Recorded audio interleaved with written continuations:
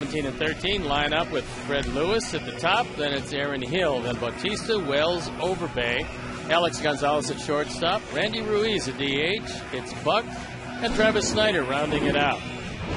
The Jimmy John's defense and how they'll line up behind Mark Burley, left to right. Pierre, Rios, and Quentin in the infield. Tian Ramirez, Vizquel at second as Beckham is getting some time off. Kotsay at first. A.J. Przinsky behind the plate, and the Toyota starting pitcher is Mark Burley, looking for his third win. His ERA a little higher than he would like, and he's trying to break a personal 4-game losing streak.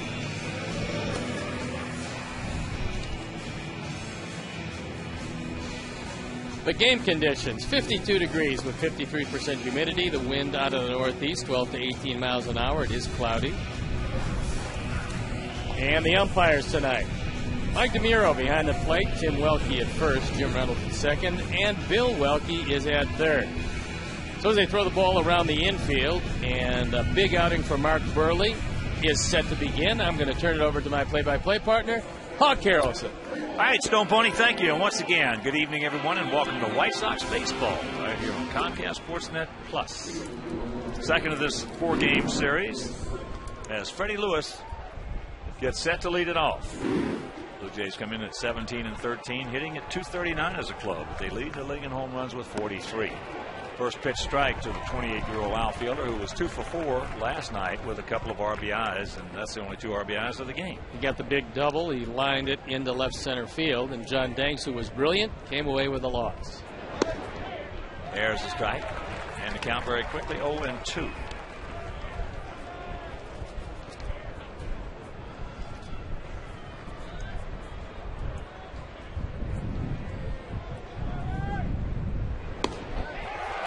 He gone. One down.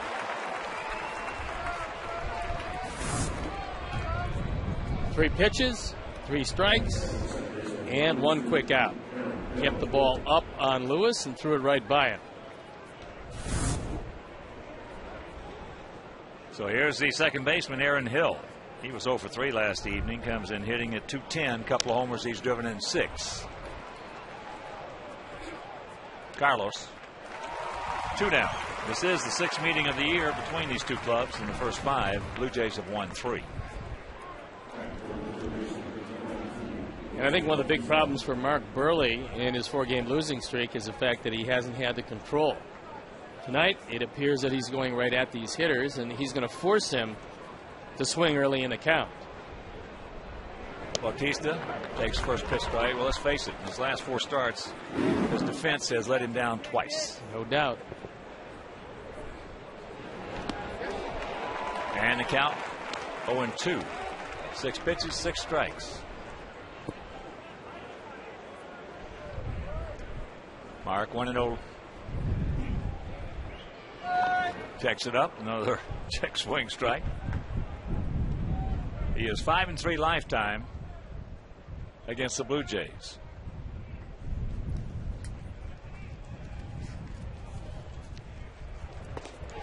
He gone. Upstairs. 1-2-3 after a half inning of play. It's the Blue Jays nothing. And the good guys coming to bat. Mercy.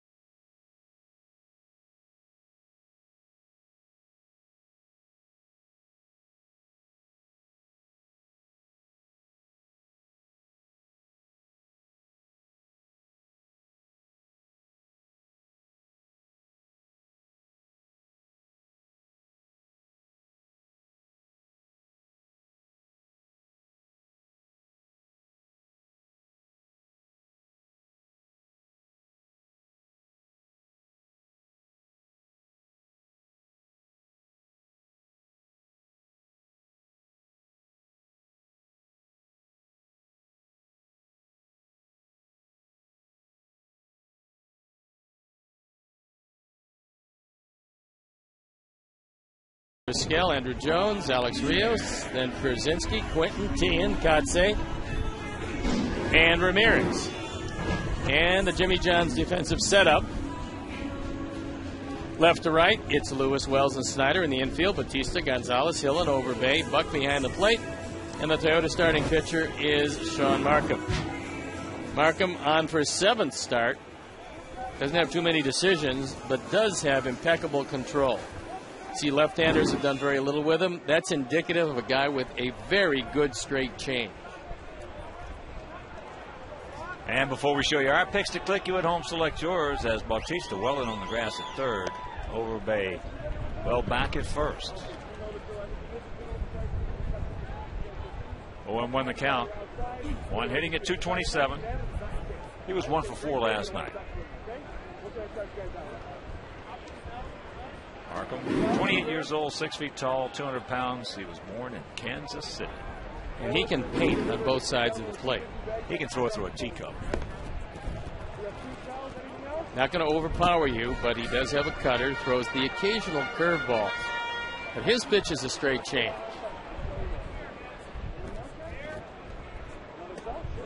I love guys like Burley and Markham. Love to watch them pitch. These guys, they had to compete their whole baseball life.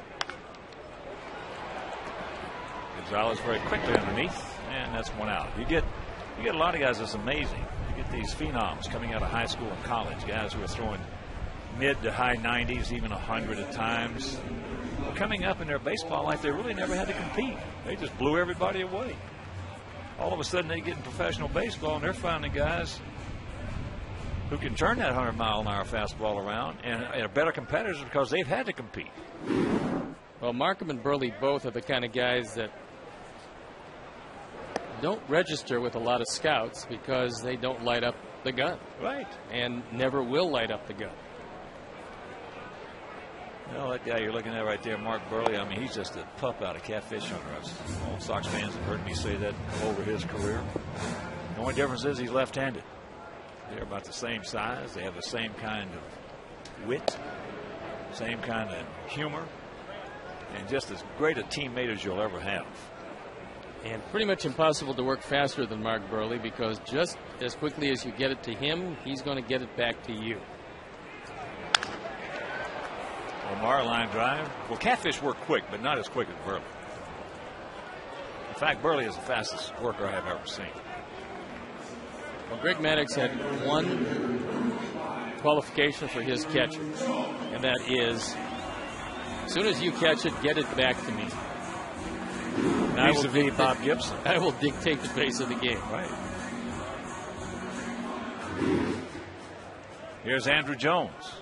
Hitting at 269 homers. He's driven in 16. Andrew 0 for 3 last night.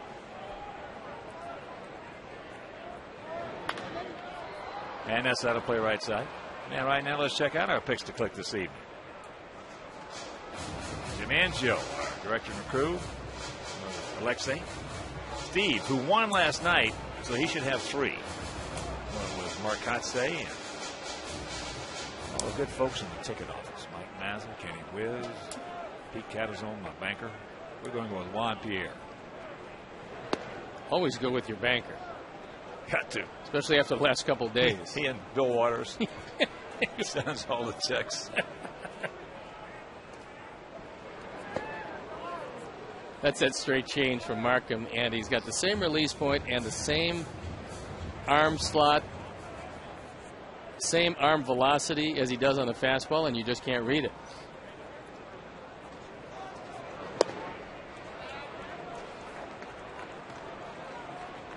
Two and two the count.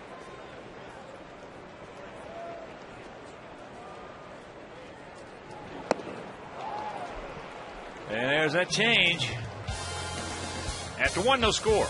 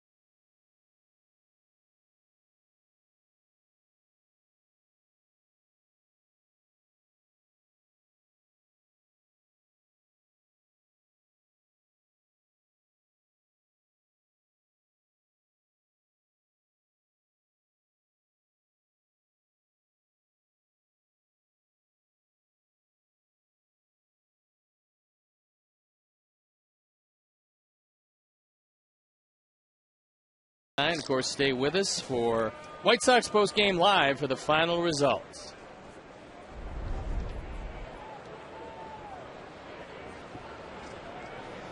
Vernon Wells will lead it off here in the Toronto half of the second. Takes first pitch strike. Wells hitting at .325, 8 homers. He's driven in 21. He's had good success against Burley. 35 at bats, 17 hits. Well, Vernon didn't complain about it a lot last year, but he had some hand problems, and he had surgery on it. Came back this year 100%, and he's off to just a great start. Now is that straight back underneath Stone?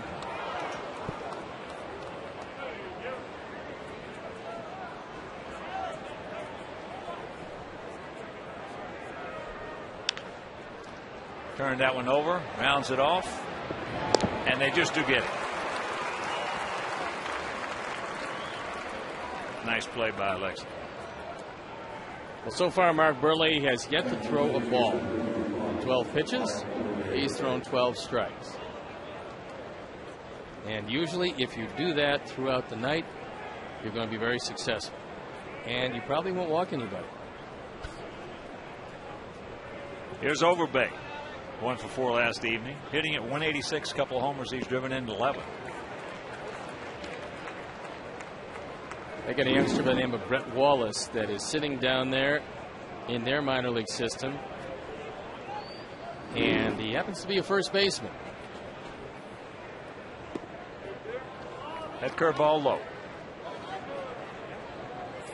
Cito said he can hit. There is no doubt he can hit. He's out of Arizona State. Softly hit. Omar. Organize a group outing of 20 or more guests during the 2010 season. You can purchase a block of tickets or enhance your outing with one of 6 great party areas. The more tickets you order, the more money you save. Call 312-674-1000 or visit whitesox.com to book your group outing today. Shortstop Alex Gonzalez hitting at .269, but he leads this club in RBIs with 22. He has 8 home runs. Curveball, no.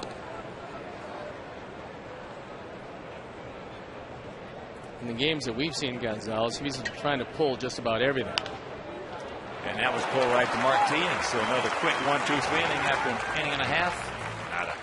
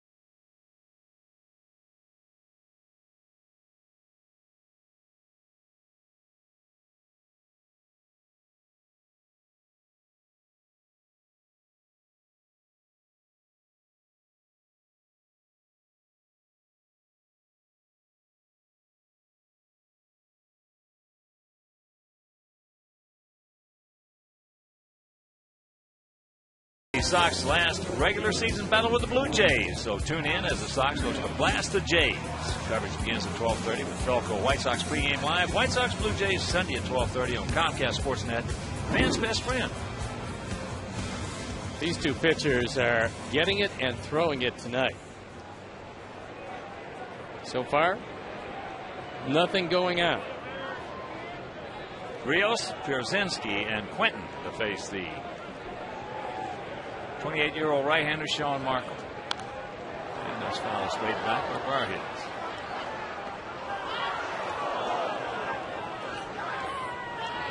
Markham was a third-round draft choice, so they were aware of his ability.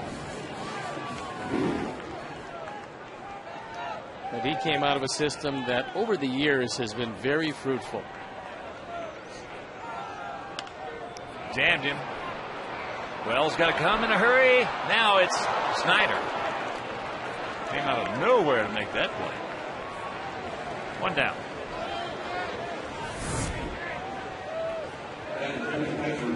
Travis Snyder realized pretty early in this chase that Vernon Wells wasn't going to be able to get to it.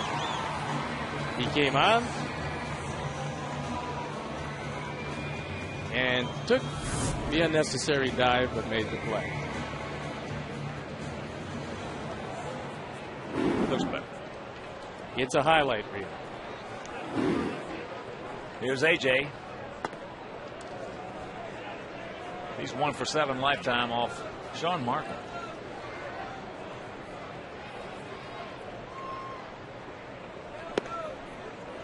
And the count 2-0.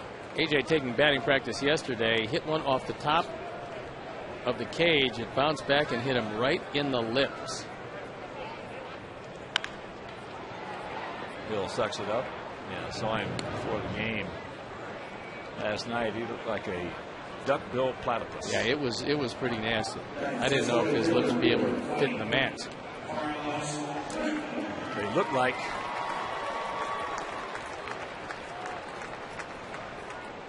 well, it was a mess. It was not good. No. So here's Quentin.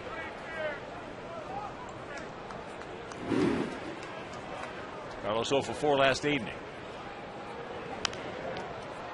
And this is going to be another 1-2-3 quick inning for Markham. So we don't have a base runner yet.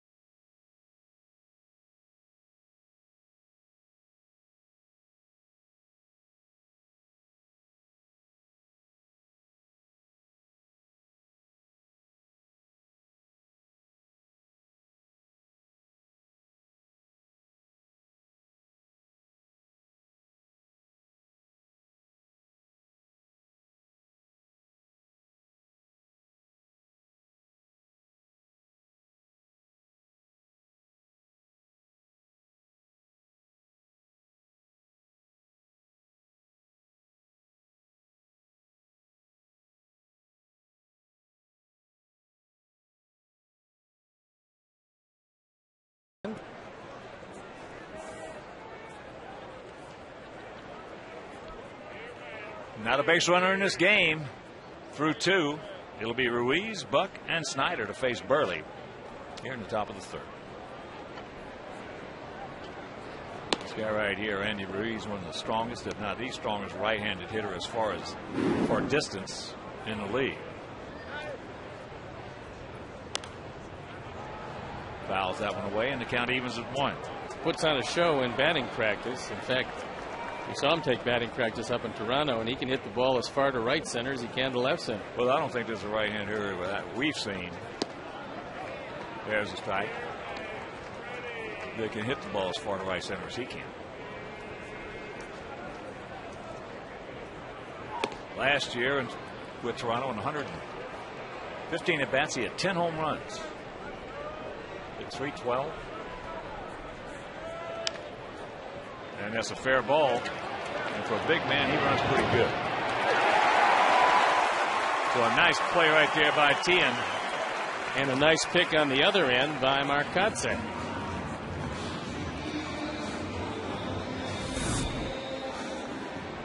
Mark Tien goes over into foul territory, plants, gets it across, and Marcotte takes it out of the dirt, and they get him by a half a step.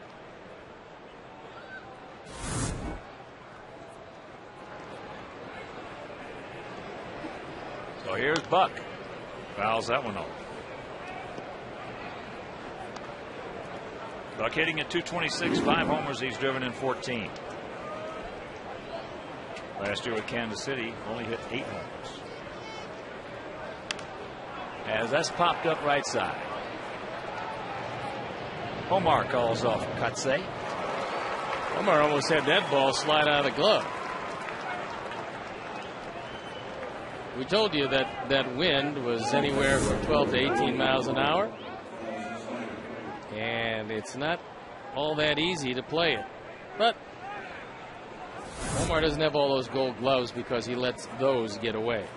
Now, if you told him it almost slid out, he would look at you and say,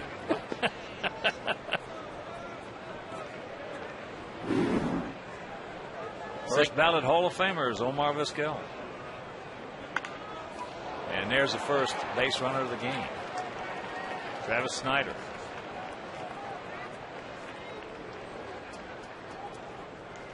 He was 2 for 2 last night. Well, another factor is they know that Mark Burley is throwing strike one. So rather than take it and go down 0-1 in the count, they're starting to jump on the first pitch because they know it's going to be in the zone. Well, the reason more guys don't do that is because you'll see more younger guys that do it, and a lot of Latin players. But your veteran hitters, as a rule, they're really not ready to hit on the first pitch. They're looking you over a little bit, and it's easier to get ahead of veteran hitters, but it's tougher to put them away. And that was the get off me ball swing. That one almost hit him between the R and the O in Toronto.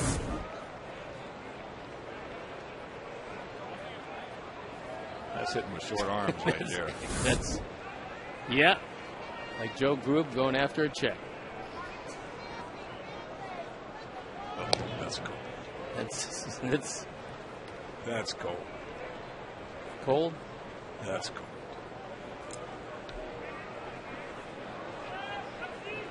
You play with a lot of guys like that, as I have too. That's true.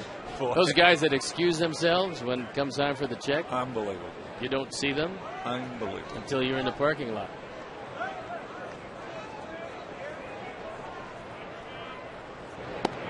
That's up high. And the count 1-1.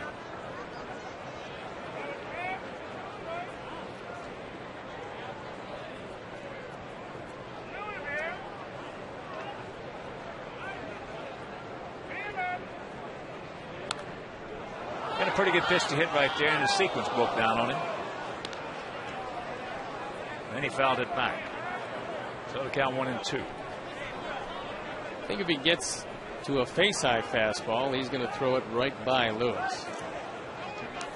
That's what he got him on in the first. Snyder is 2 for 3 in stolen bases.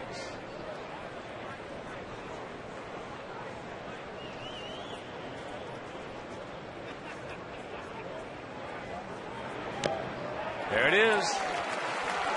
Third strikeout for Mark. And after 2.5, still no score.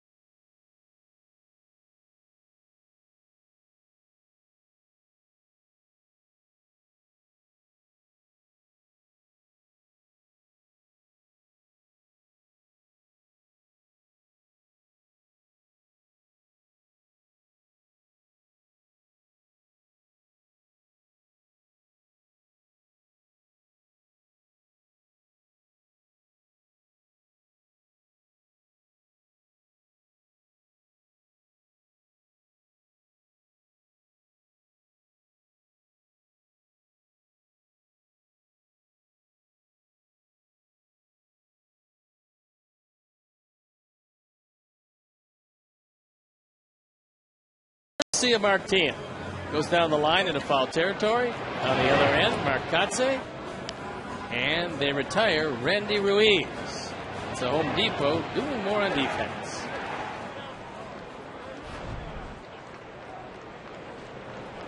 So here's Tien. Lower third of the order. Tien, Conce, and Ramirez.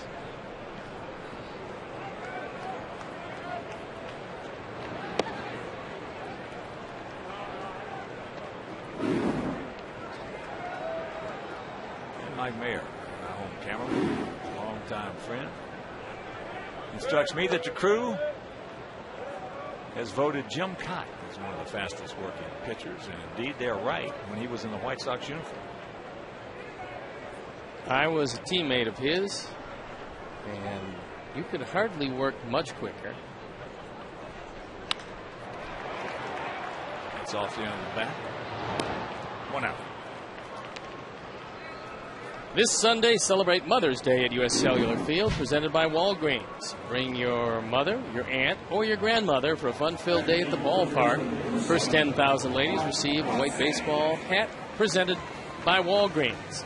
For tickets, call 866-SOX-GAME or visit www.whitesox.com.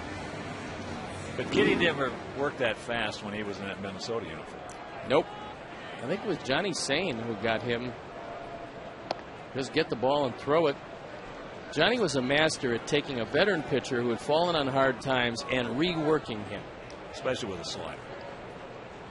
He's the only pitching coach that I've ever heard of, or ever knew, certainly as a hitter, that you knew when a guy had worked with Johnny Sane because of the slider. It had that funny looking spin to it. Well, he called it a controlled breaking ball. That's high into center field. Wells. Now backpedaling a little bit. He just missed that one. Well, the only time I really disagreed with John was, well, 2 times. One when he went to the 3-man rotation, which was just a delight.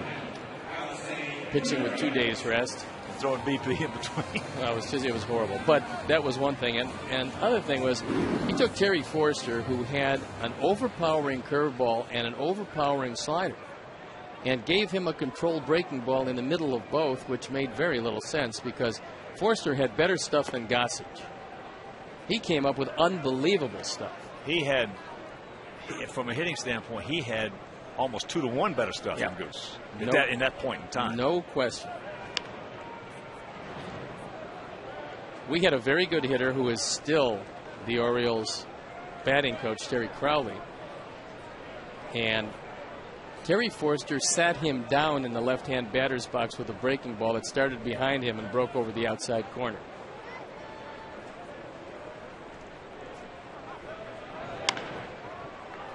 There's a 2-hopper, so another 1-2-3 inning for Markham. And we will go to the 4th.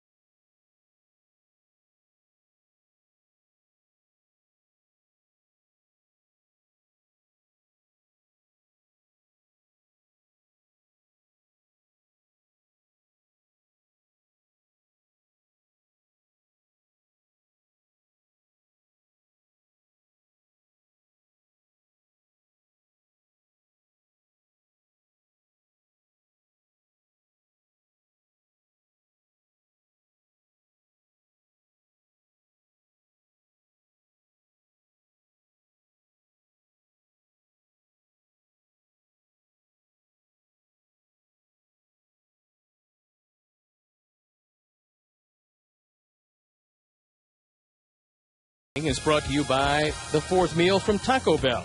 Open 1 a.m. or later. It's the top of the fourth inning already.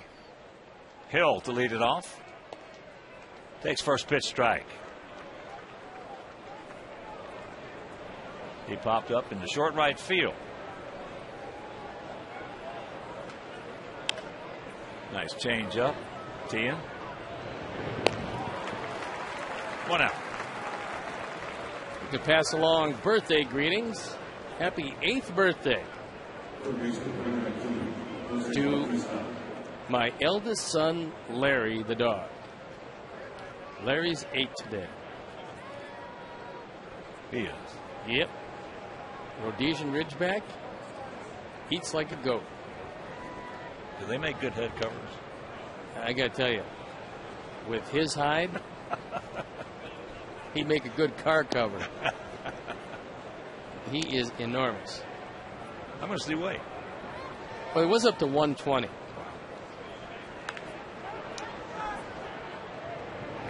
Katze will take it himself. So Bautista is now 0 for 2. And Bloomberg Sports, the leader in data analysis, has developed an analytical product being used by the clubs. It's also a product for fans. So improve your fantasy player, track your favorite players and teams. Go to BloombergSports.com for details. That's a big dog, 120. Well, we got him. He went on a very, very strict diet. He's down at the 103 range now. He's at his fighting weight. Vernon Wells. And just fists that one out into left field. So he continues. He's now 18-37 against Mark. Mark tries to cut that ball in, and Wells doesn't allow it to get in on his hands. Actually brought the hands in, got it on a decent part of the bat. Didn't hit it real hard, just hit it in a good spot.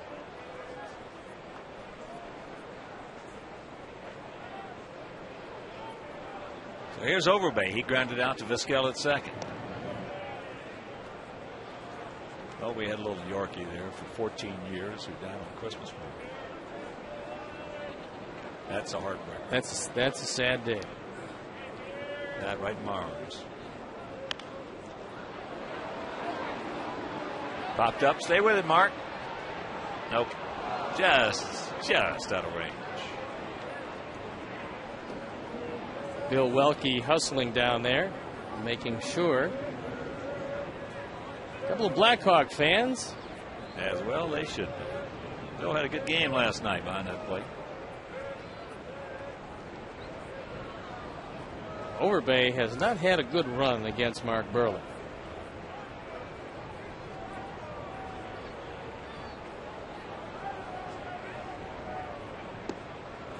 There's a strike and the count 0-2.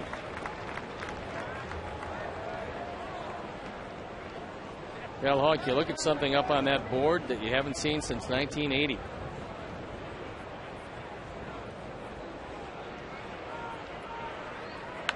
And that's popped up left side. Juan Pierre. And that'll do it. They strand one, pick up their second hit, but after 3.5, still nothing.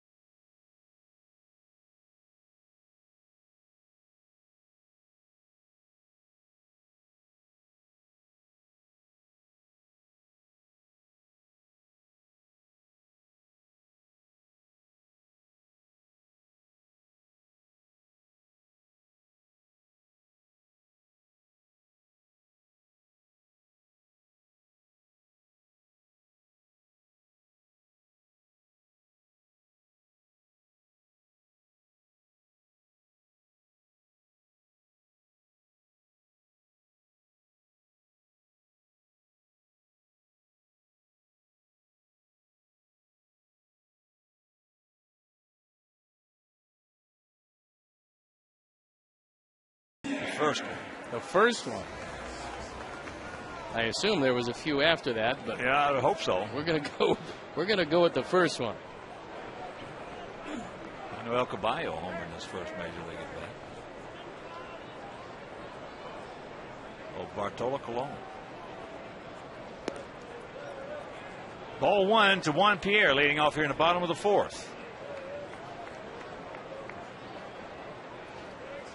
He grounded out to Gonzalez at short. Takes the bunt. Bautista on the grass, and we have a very special little shout out here to a tremendous person. There's a strike, loved and respected by everybody he is in contact with. Now, congratulations go out to Comcast Sportsnet Chicago President Jim Corno for his induction into the National Academy of Television Arts and Sciences prestigious Silver Circle. Now, that Silver Circle Award recognizes outstanding individuals who have devoted, because that's out of play, a quarter of a century or more to the television industry and have made a significant contribution to Chicago broadcasting. The event is being held tonight at the Millennium Knickerbocker Hotel in downtown Chicago. And congratulations, friend. That's special and very nice and well deserved. There's no question about it being deserved.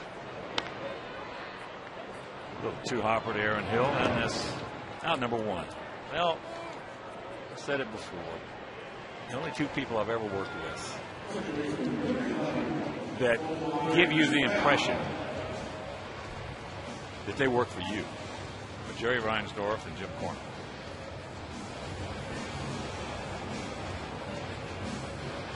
Most of the people you have worked with, they give you the impression that they are the boss and that's the way it's going to be. Yeah.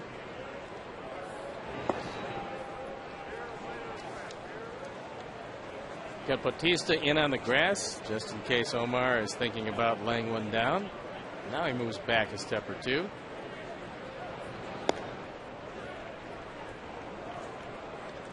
I remember when George Steinbrenner called me and asked me to come do the Yankee games. He said, come work for me. I said, George, I'm not coming to work for you. I said, I'll come work with you. He said, what? I said, I'll come work with you. I started laughing. He said, okay.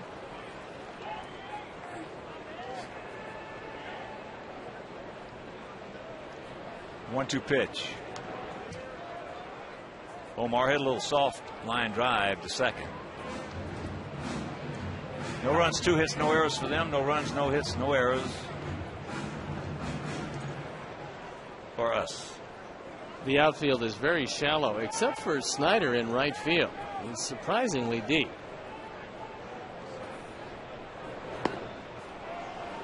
That's a changeup, and he's got a devastating changeup. Take a look at the movement on this one.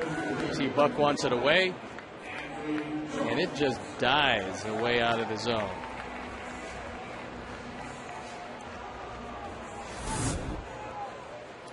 Well, he had no runs on 2 hits last night.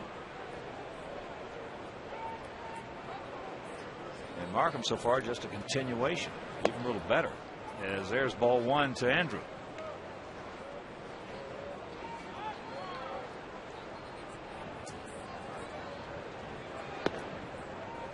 And the count 2-0.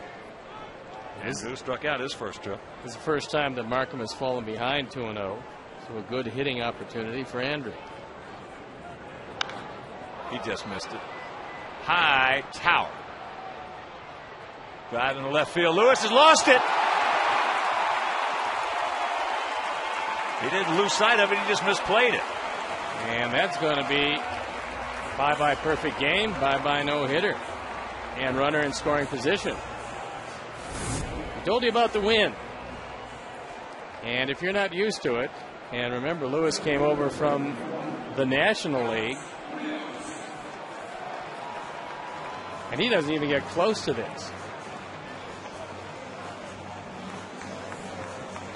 Been there and done that. So here's Alex. hit a little looper into right center field. Looked like it was going to be Wells' play. He couldn't get there, and all of a sudden Travis Snyder out of nowhere comes in and makes the catch.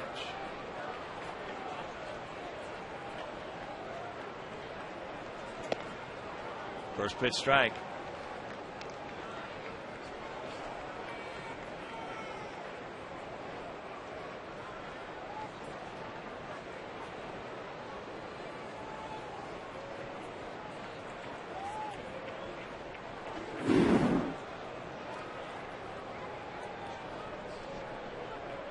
Outfield. They don't move around a lot. For the most part, straight up. A little bit of a gap out there in left center. Well, Cito Gaston probably has the most stationary outfield in all of baseball.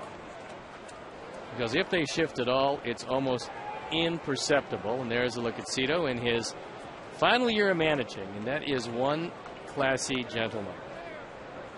Indeed he is.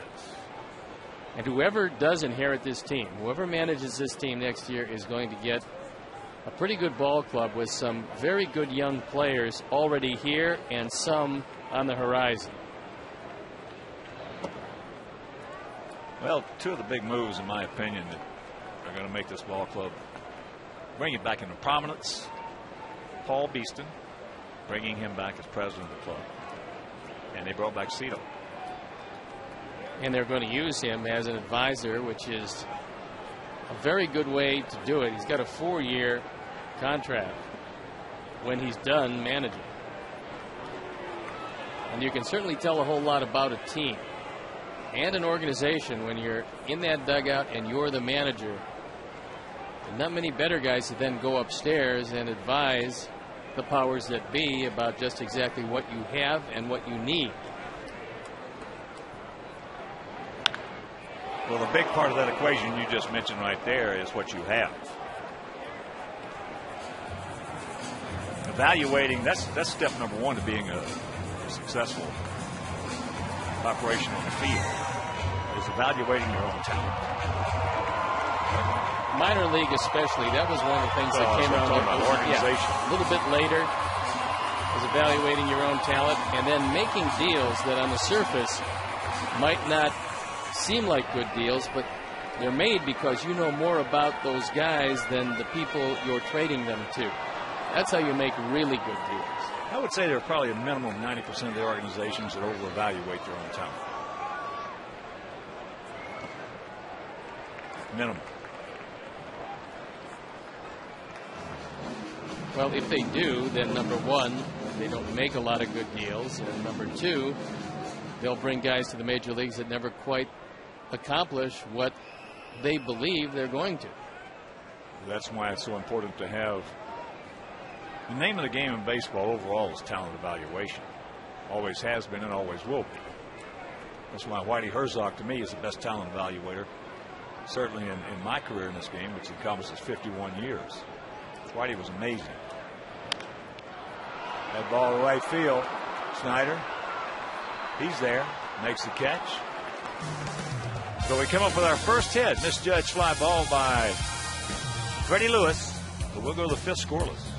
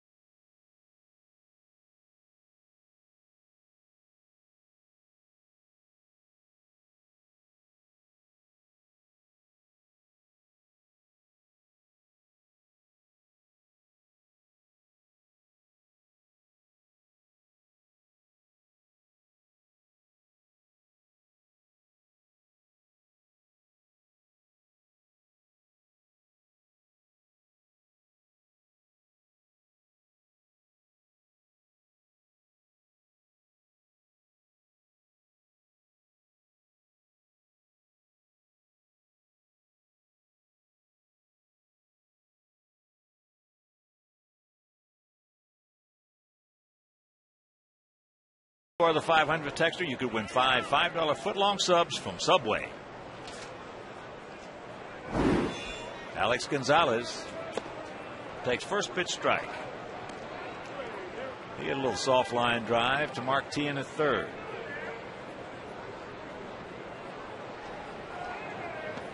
Curveball high.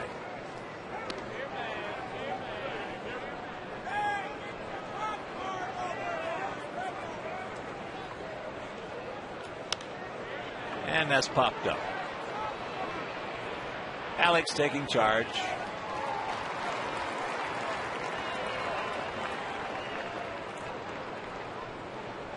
Both pitchers have very good stuff tonight, and they're matching each other pitch for pitch. Markham should have a no-hitter and a perfect game at this point. Mark's given up 2. And they've both been singles. There's a strike. Randy Ruiz. Hit a ground ball down the third baseline. Teahen made a good play, good throw, and a good pick by Kotsay. That ball hit deep into center field. That ball hit way back there, and it's off the wall, so Ruiz into second with a double.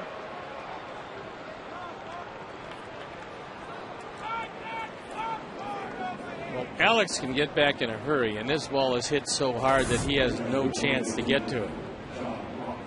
That ball was out over the plate. It was a little higher than Mark Burley would have liked. Rattles around for a bit. That's the first extra base hit of the night for either team.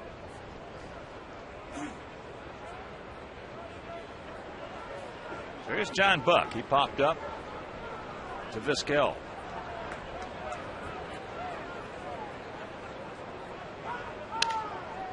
I talked earlier about something up on the board that hadn't been there since 1980, and that was a postponed game in Minnesota.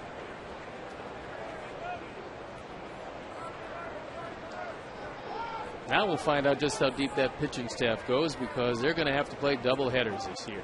You got one tomorrow. Maybe they'll go 40 innings.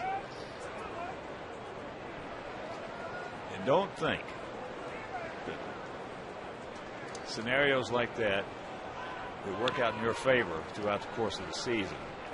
They are very significant. In 2000, we were playing the Cubs here. We had a chance to sweep, and we had a little left-hander named Pena. Came in extra innings. That ball muscled out there in deep left field. Stay in the ballpark. On back. And it's out of here. He just muscles a home run, and it is a 2-0 Toronto lead. Home run number 6 for Buck. Buck has now driven in 16. And that really shows you what the wind is like tonight, because he didn't get much of this. Burley tries to throw it in on his hands. Buck gets the ball up in the air. Probably didn't think this one had a chance. But it's a 2-run homer and a 2-run lead. Snyder. 2 down. Take a look at Juan Pierre as he gets back to the wall.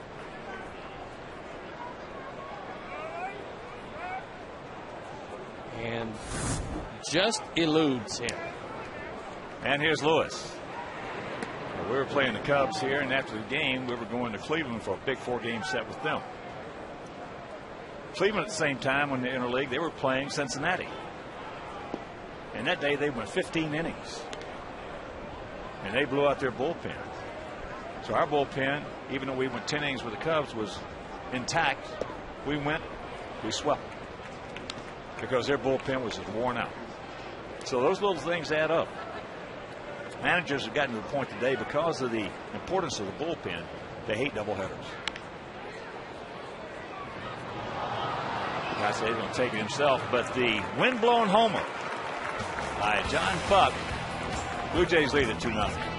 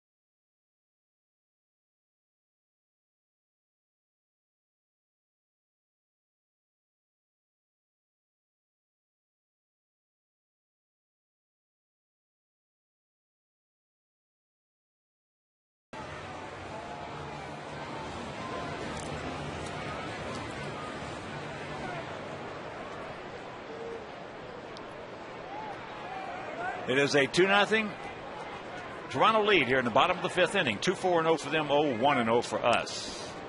AJ will lead it off, fakes the bunt, takes the strike.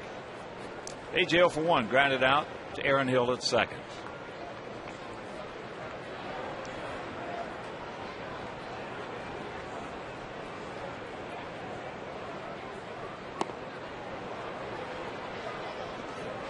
Talked with Nick Leyva before the game, longtime coach, former manager, and maybe one day again will manage. And he was talking about the same thing that Cito Gaston was talking about in Toronto. That Paul Beeston has told them that if they can stay close, that the Rogers family will spend some money around the trading deadline to get better. And they've got the kind of pitching staff that can keep you close. Better believe it. That ball hit nicely into left center, but Wells is there. And it's out number 1. Well, that's what Beeston does. That's why Paul, when he was there, he helped bring that organization into prominence. They won consecutive world championships. He makes things happen. And, you know, you get another guy in that same position. He doesn't have the credibility to go to the Rogers family and say, look, if we stay close now, you're going to have to kick in a lot more money because we're going to bring this thing back. Well, talk them into it. It also gives their team a whole lot of confidence that they're not going through this and then watch the richer teams in the East stock up around the trade deadline and they don't do anything. Well, that's what they call making things happen. That's what he is. He is a mover and a shaker. Former president of baseball. That's how much that Bud Selig thought about him.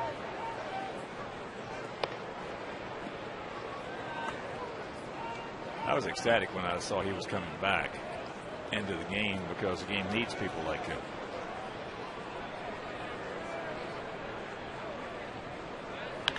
There's a shot. Fair ball.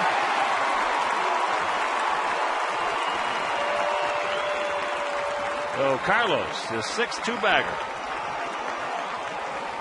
That one hugging the line all the way. Bill Welke on the call, and that was fair by a few inches. Markham, one of the few mistakes on a changeup. He got that ball up. That ball is hooking, but clearly fair. No chance to break through here in the 5th. Mark Tian.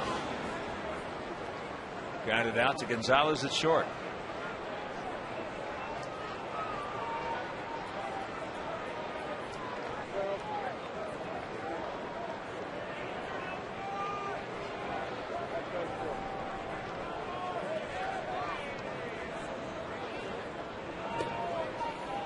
Takes that inside. Katse on deck.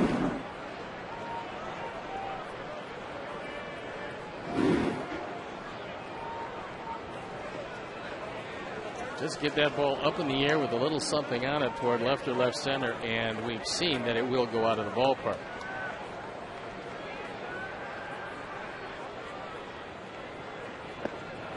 And that's low, so he's got the catbird seat, 2-0.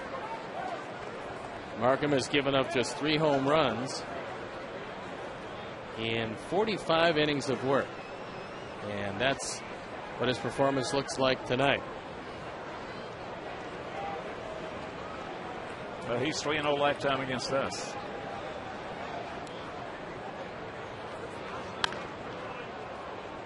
And that is hook foul. So 2 balls and a strike.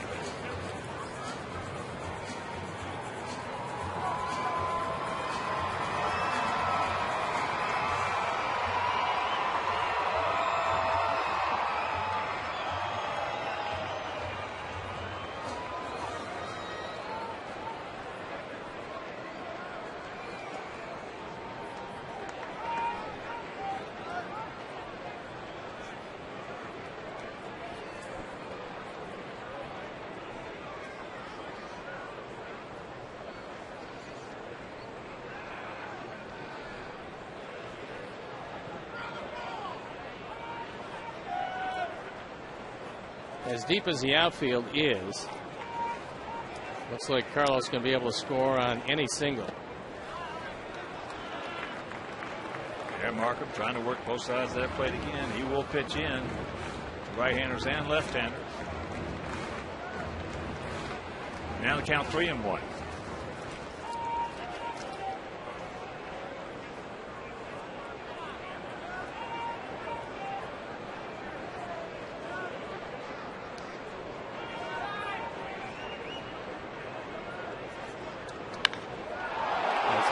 Center field. Wells back on the track at the fence, hauls it in as he hits the wall. And 10 just missed that one.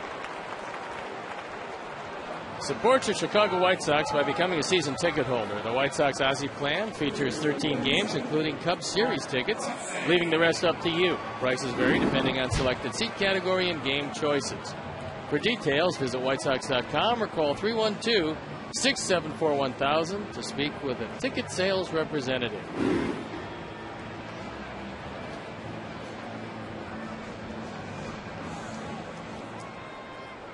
Here's Katse. He went out deep to center field his first trip.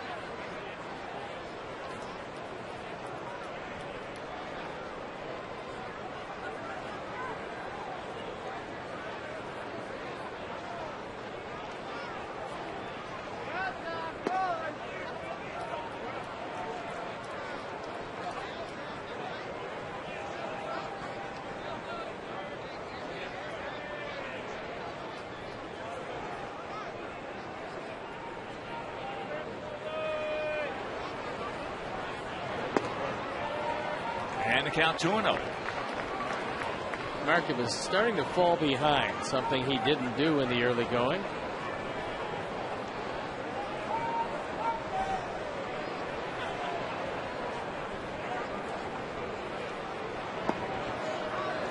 And it's 3-0.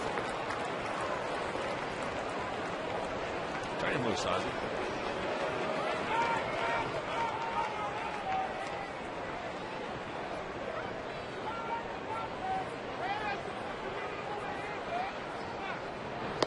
Taking all the way.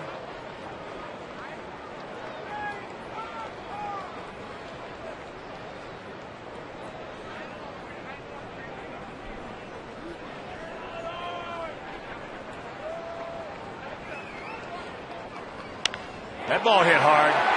Way back. He looks up. You can put it on the ball. Yes. Yes. 2-run bomb by Katse. And this game is tied at 2.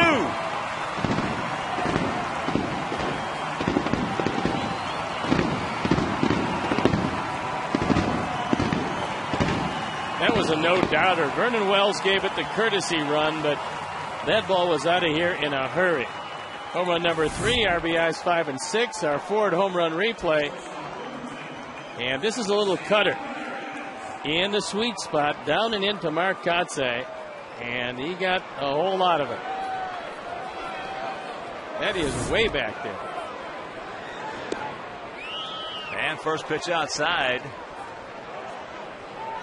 to Alexei. He grounded out to Bautista at third. And of course, with that home run by Kotze, the Alex Nelius family will donate $100 to White Sox charities for every Sox home hit throughout the course of the season. That is 39. So $3,900 donated by Alex Nelius in loving memory of Ursula. Good check right there, and the count 3-0.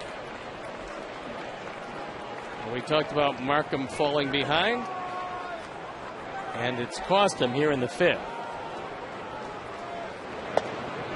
There's one.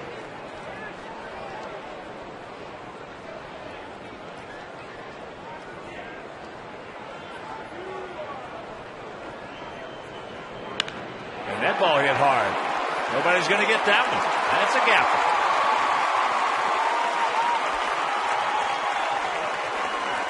Alexei picks up his 5th two-bagger.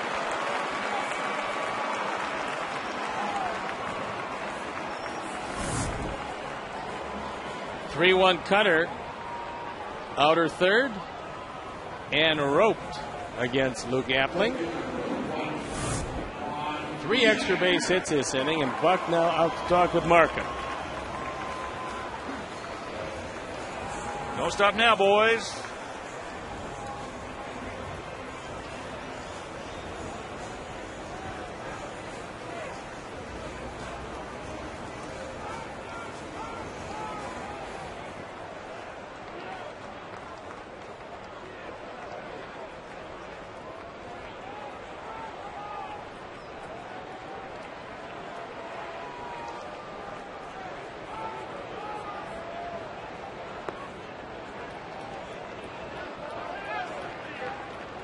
Pitch low and away. Pierre is grounded to short, and he is grounded to second. Pierre thinking.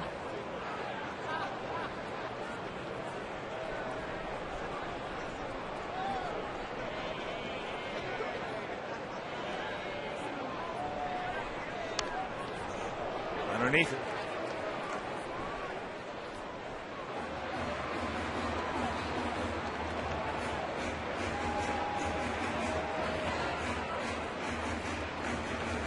Cubs leading Cincinnati 10-4. Starlin Castro, the newest addition to that team. First major league at bat, a 3-run homer.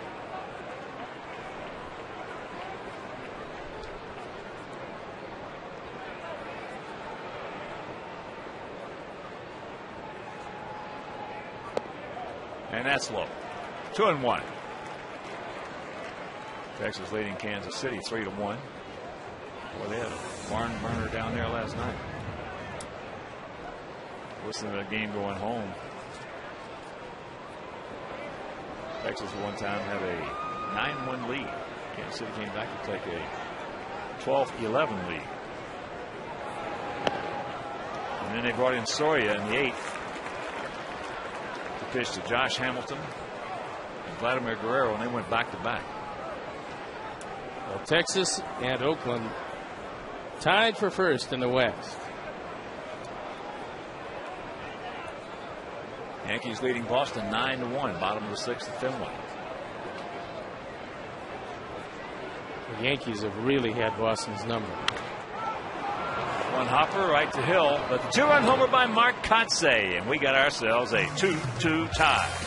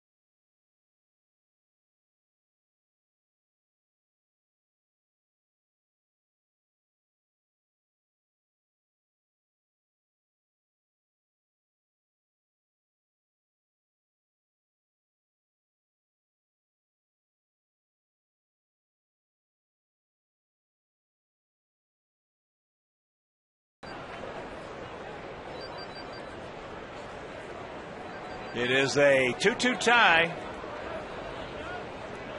2-4-0 for both clubs here in the top of the 6th inning. First pitch strike to Aaron Hill. Bautista on deck and Wells in the hole.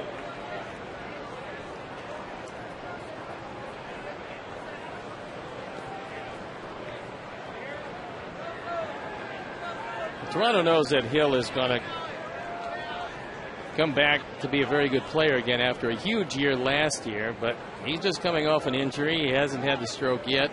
When he's right, he's one of the leaders of this team. A lot of people feel he's their best player. Last year he hit 286, 36 homers, and drove in 108. Last year he was.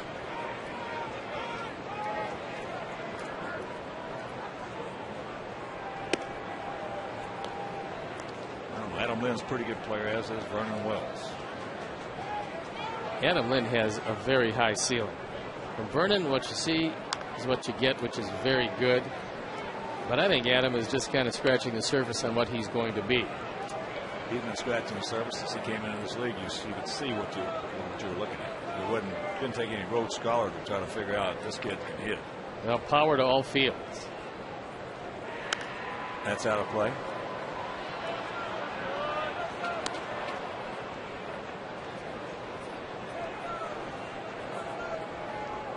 Two and two.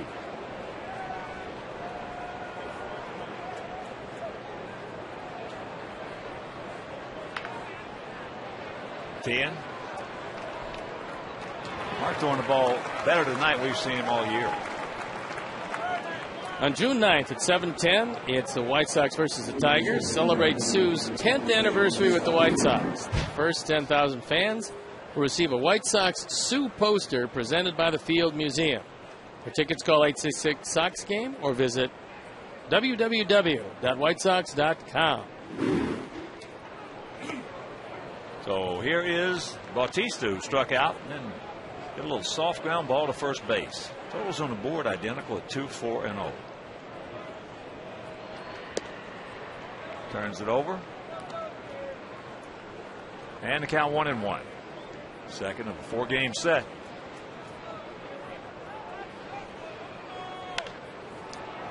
That's a can of corn.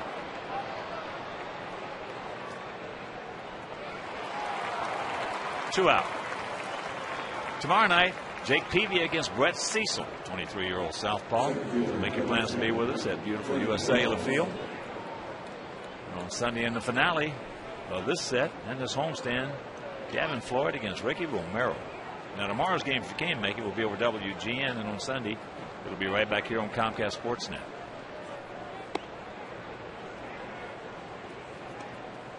That game tomorrow, an hour earlier than usual. Watch out. Ball is smoked. Wells 2 for 3.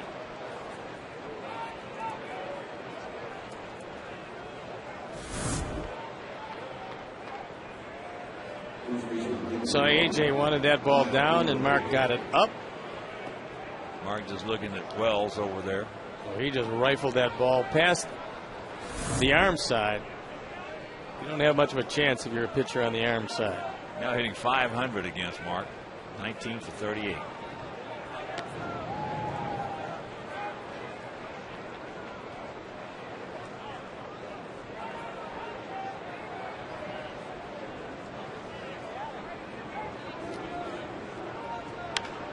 Ball lined into left field. Pierre fighting a little bit. Makes the catch. That'll retire the side. We go to the bottom of the 6th, and this game tied at 2.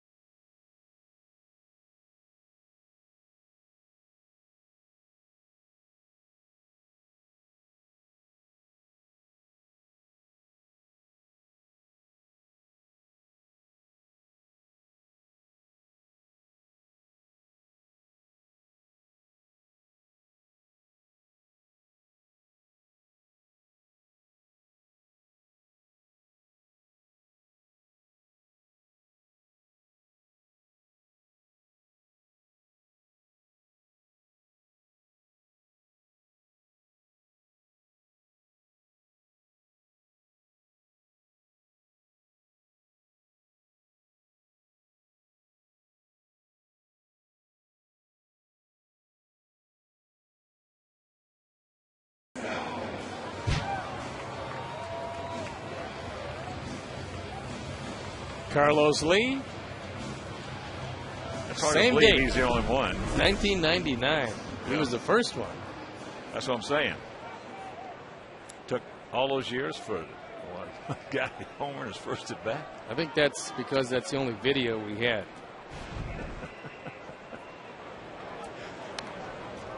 Omar has a Deacon to come in and then slap it. Fouls it. Tried to slap it right by Batista. Instead, he fouled it back after he brought him charging in with a fake bunt. Omar is 0 for 2. Andrew Jones on deck. And there's a nice play by Overbay. Mark him right where he should be. And 1 out. Overbay, pretty good first baseman. You see him playing well off the line, and he's able to grab it. A good solid toss from his knees, and Sean Markham, he is right there, hit in full stride, and you try to hit the inside part of the bag with your right foot to make sure you don't get run over at first. So here's Andrew. He's 1 for 2. Hit a high pop up into left field. Ray Lewis misplayed it. Didn't even come close to it, and it fell in for a double. There's the strike to even the count at 1.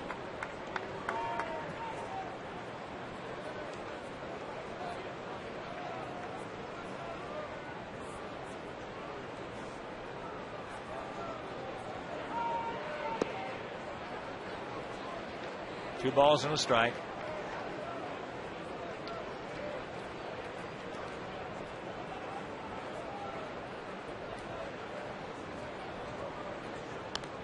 Big rip right there. Well, that ball hit right center field seats, hitting all over. Larson. Andrew got a fastball. It was on the outer portion of the plate, and he fouled it straight back.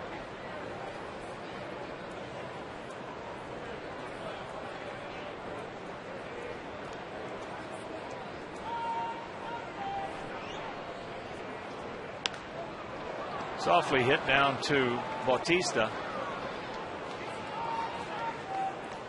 And that's out number 2, and we'll bring up Alex Rios. So it was 0 for 2. Twice he has gone out to Snyder and right. Here's our Jaguar high performance of the week, and it is Alex Rios. 7 for 17, a robust .412 batting average. 4 doubles, a homer, 5 driven in, and a lofty slugging percentage.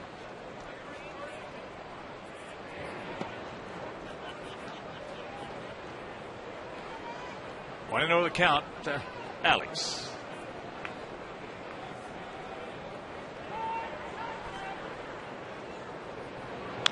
That ball hit deep. Lewis goes back, looks up. You can put it on the board. Yeah. Yeah. Number 5 for Alex. And the Sox lead it 3-2. Marks.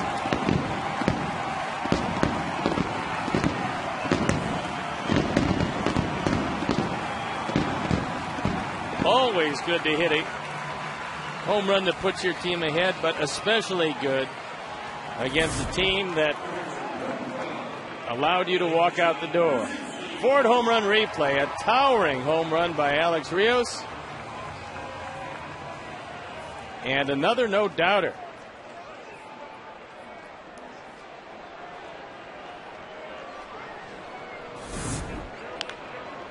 Cues that one. Does AJ. But the 40th home run of the year hit by the Sox will go to the 7th leading by 1.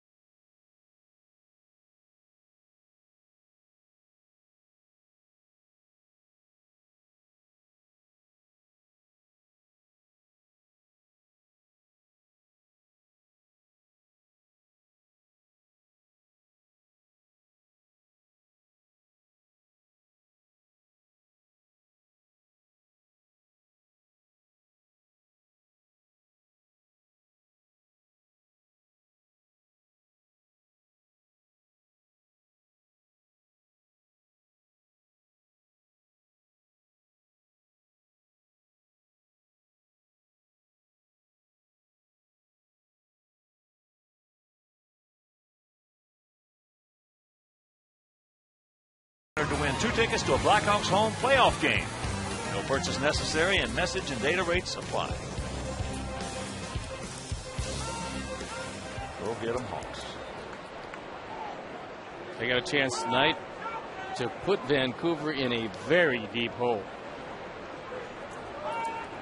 Alex Gonzalez takes a breaking ball low. He is 0 for 2. Lined softly to third and popped up to Rios in center. And that's a souvenir right side. 1-1 to count. To the 33-year-old veteran.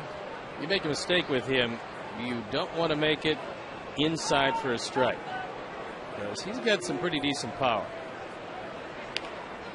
That's not inside for a strike there. That's in off the plate. That's where you need to go if you're going to go inside. 1-2. Mark's had excellent command tonight.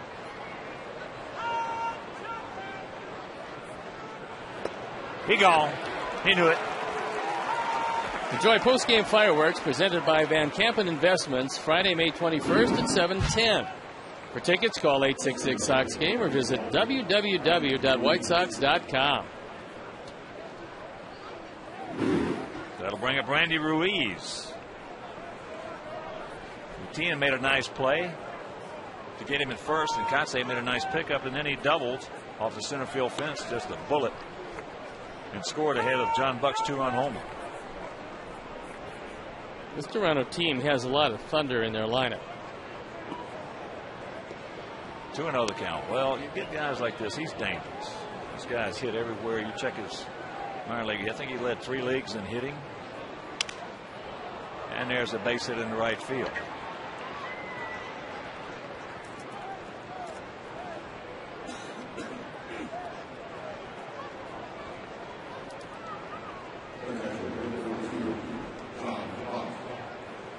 So here's Buck. He popped the second, and then he just muscled one out of here. Got it up in that wind, and it took it right just over the fence and left.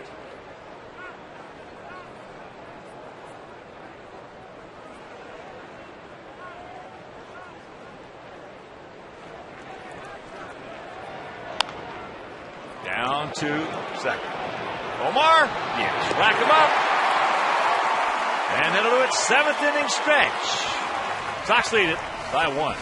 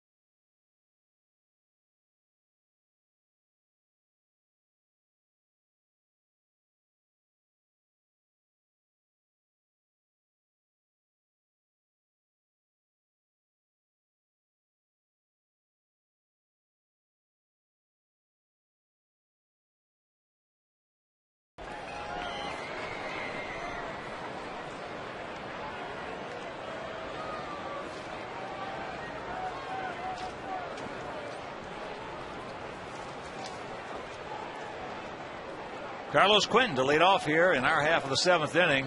3-5-0 for our Sox. 2-6-0 for their Blue Jays.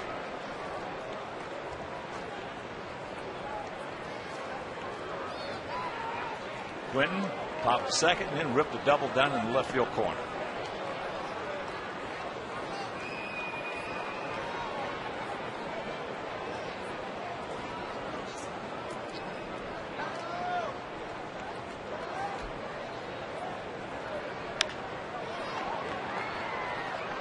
Hopper. 1 out. Visit the official online shop of the Chicago White Sox, where you can browse the largest selection of official gear, including the latest apparel, nostalgic memorabilia, and authentic classics for the whole family. Get your gear from the official source. Shop at www.whitesox.com, and of course, accept no substitutes.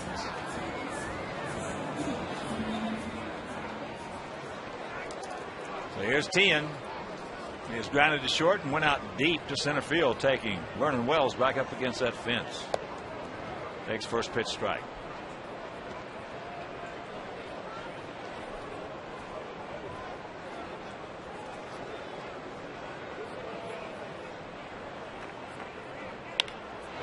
It's into right field. Snyder back. And that's out number 2. Now it's time for the Xfinity high-defining moment of the game. Mark Kotsay comes up with the Sox trailing 2-0, and he takes it way back to tie the game at 2. Watch Comcast Sportsnet White Sox game replays on demand with Xfinity TV from Comcast. Don't miss the action. Call 1-800-XFINITY today. Kotsay, a big 2-run homer to tie this ball game up back in the 5th inning.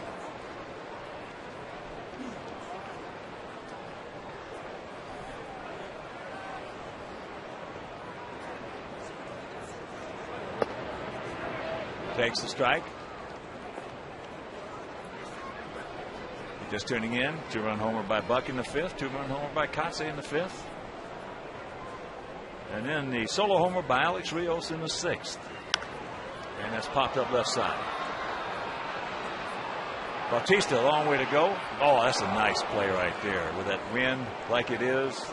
And a quick 1-2-3 inning. We're into the 8th. It is still a 1-run Sox lead.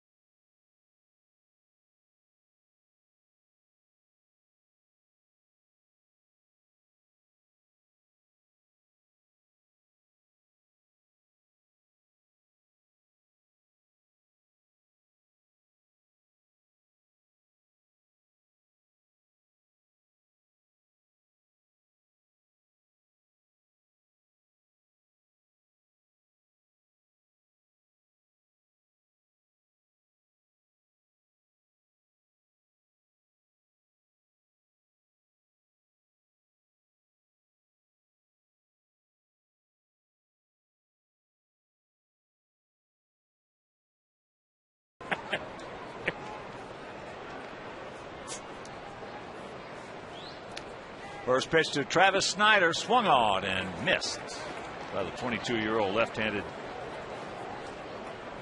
Good prospect right here. He's 1 for 2. This young man is short and quick and can hit him a long way.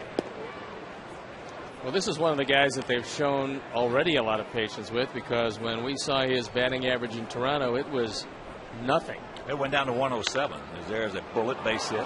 Well, there's no doubt that the ball just explodes off his bat. And he's one of the young guys that's going to be here for a long time. They got a few coming. They got a Cuban catcher who was raised in this country who's coming up after John Buck, who can really hit. And Snyder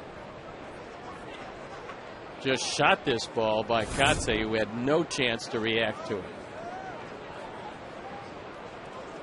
So here's Lewis, 0 for 3, a couple of strikeouts. Well, the thing that's going to be the determining factor with the Blue Jays, as it is with a lot of clubs, is the bullpen. They have the starters.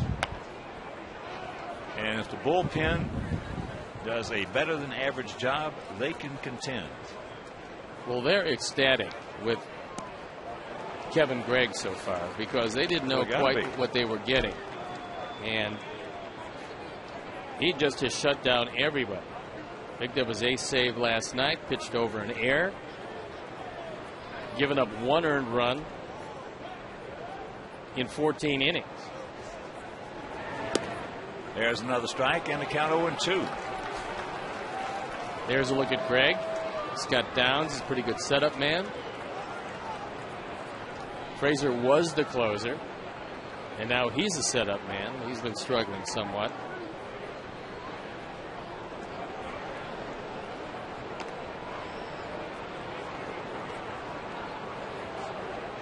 Well, in any division, but especially in the East, if you're going to try to contend in the East, you have to have a bullpen that when your starter gets in trouble, that's up high. And that's going to happen a lot throughout the course of 162. But when that starter gives up 6 or 7 runs in the first 3 or 4 innings, and you got to go with that pen, you're going to have to put yourself in a position where you can come back and win a few of those ball games. And that means you got to have, if there's a knockdown, look for a second like he might be able to control it. So trouble of brewing right here. First 2 men aboard.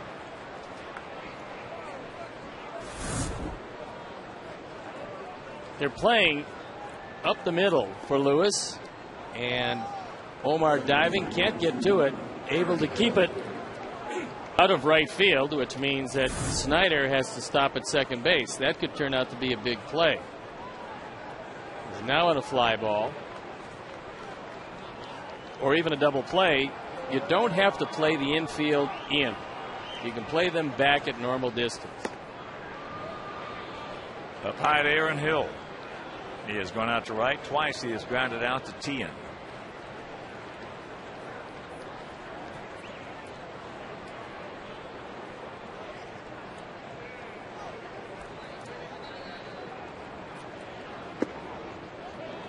And the count 2-0.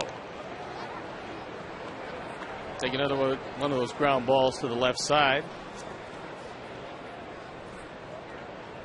The Blue Jays are 10-3 on the road this year.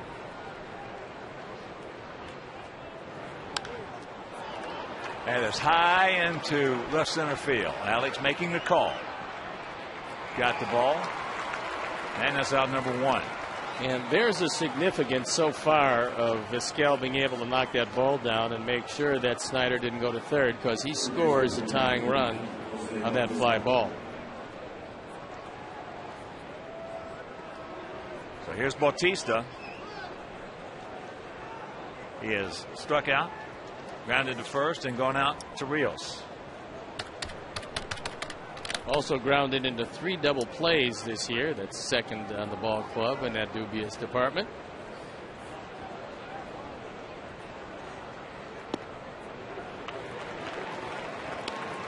One to count.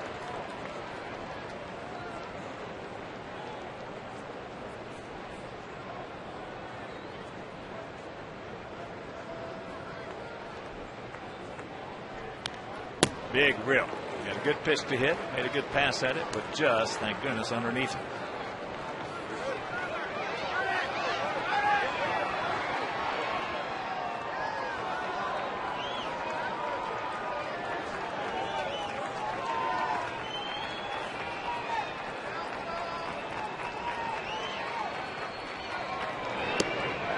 Just off the corner. fans in the stands wanted that one. AJ wants it away, and Mark does throw it off the corner.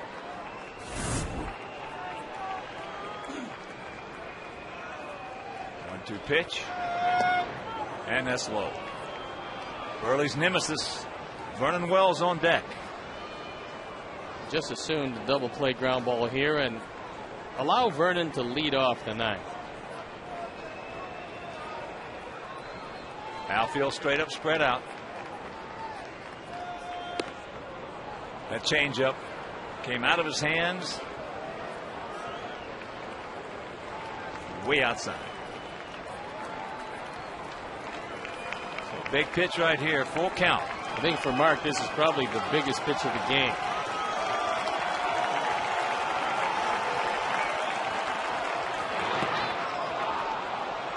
And that will load him up. I don't think he's going to be around to face Wells, but we'll have to see. Here comes Ozzie. The bullpen is ready. And there's some trouble here in the eighth.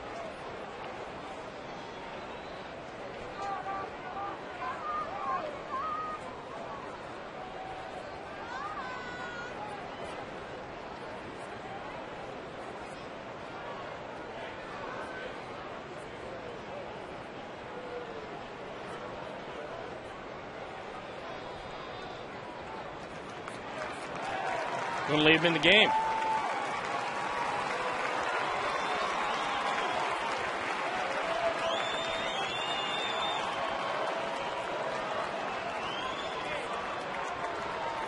Sacks packed with bad guys.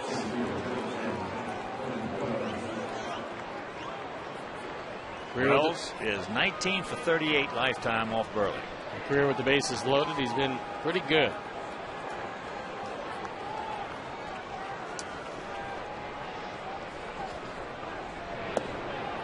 And that pitch down low.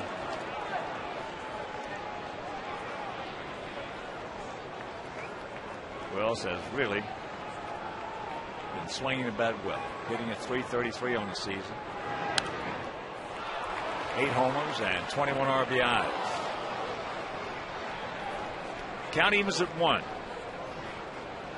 Ozzie's shown a lot of confidence in his veteran left-hander. And maybe he can get Wells to ground into his second double play of the year.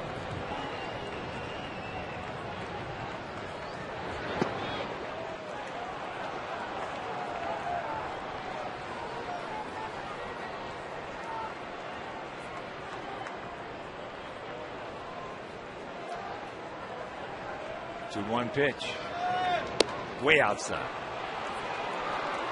Boy, now this is, you talking about a catbird seat. Sacks packed, 3-1, a guy at your own. That is it.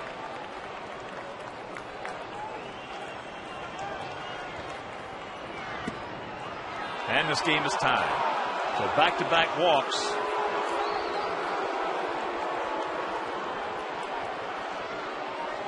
RBI number 22.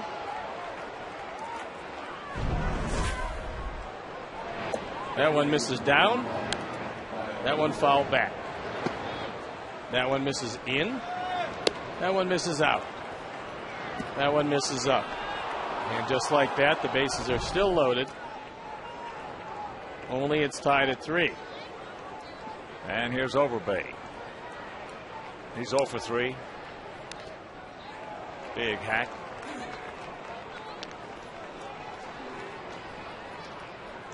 Just like Wells has owned Mark Burley, Mark Burley has owned Lyle Overbay, who hit the ball very hard last time, but hit it right at Juan Pierre.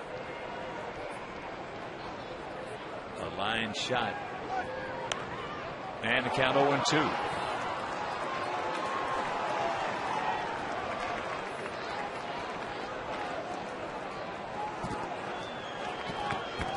Lewis, Bautista, and Wells. Only 2 guys Mark has walked tonight. Bautista and Wells.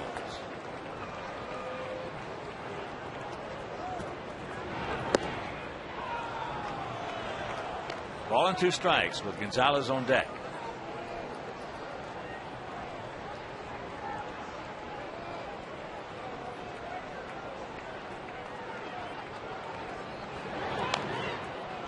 Just got a piece of it.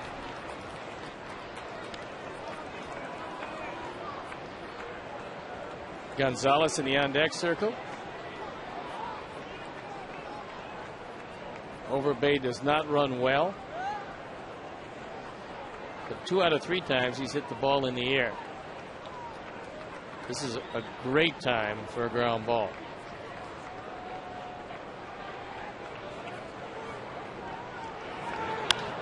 And he pops him up. Juan Pierre makes the catch.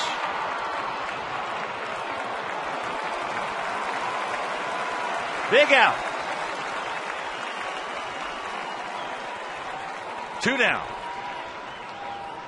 100 pitches for Mark Burley.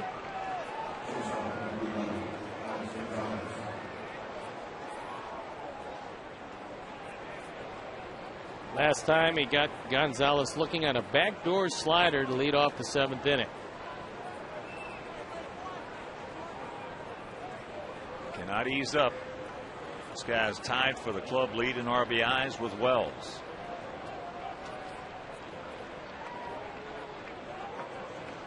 Outfield about equidistant. For the most part straight up and very much spread out. And that's popped up into short center field. Rios is there, and that'll reach out of the side, but they get one to tie it at 3.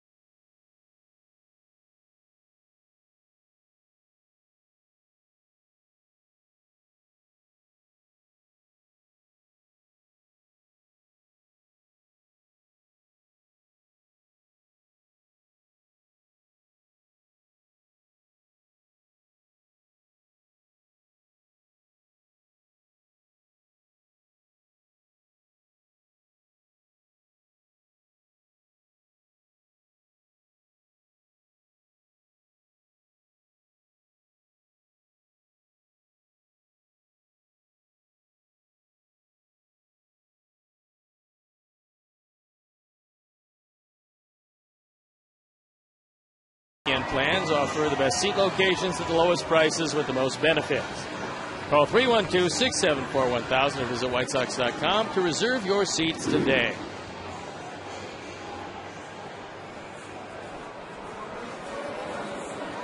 Ramirez will lead it off. Alexei is 1 for 2, a double back in the 5th inning. 3-8-0 for their guys, 3-5-0 for our guys. Takes down low.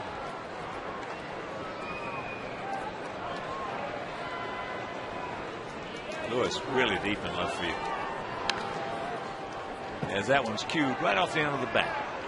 Well, there's plenty of room in front of him, and I think the only way to get it over him is to hit it out of the ballpark.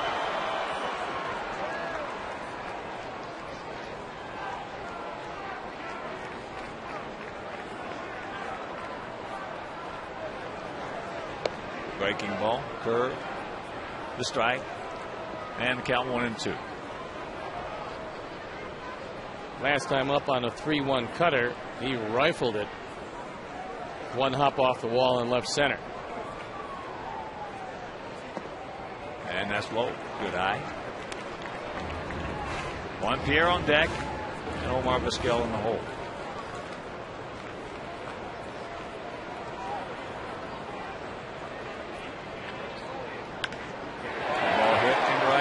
Matt Schneider. The line drive, meanwhile, 1 out.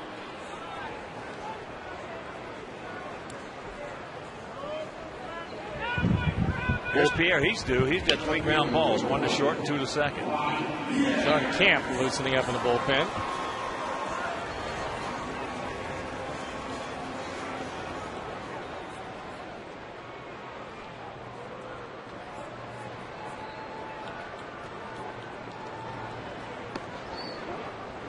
Takes a strike.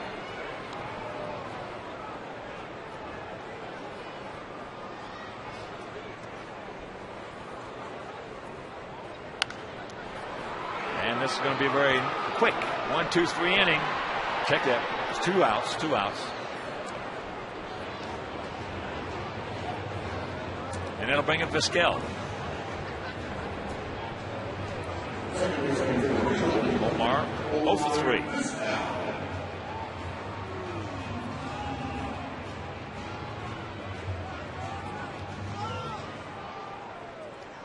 Come on, Omar, get on far end. And he will.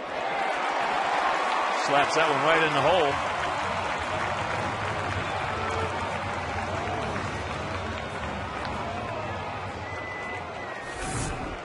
Gonzalez was playing up the middle. Bautista off the line, but he split the difference and kept the inning alive, and that sends Buck out to the mound to talk with Markham.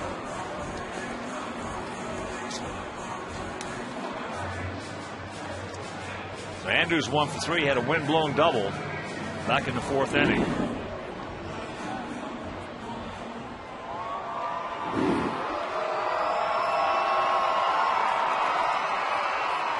Base hit by Omar Vizquel, his 2,674th. And here comes Cito. Meeting at the mound. And he tells him to go get him, kid. Showing one of his aces. Same confidence that Ozzie showed in Mark Burley. Well, you got to. If you're going to try to contend, you better have those starting pitchers out there. You better give them some accountability early in the season and let them know that you got all the confidence in the world on them. That's the only way he's going to contend is with that starting pitching. Big swing. If they can get the starter, this is the same kind of scenario as Tampa Bay had 2 years ago. Their starting pitching protected the bullpen. It wasn't the bullpen that protected the starting pitching. It was just the opposite. And they did that all year. And they did it all year long. Last year, they did not. And that's why they did not even come close to contending. Now it looks like Tampa Bay's starters are going to protect the bullpen again. This is what Cito's got to do with his starters.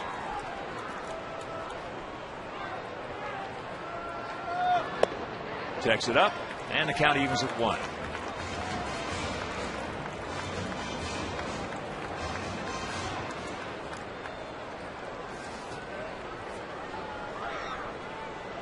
Markham is about to deliver pitch 106.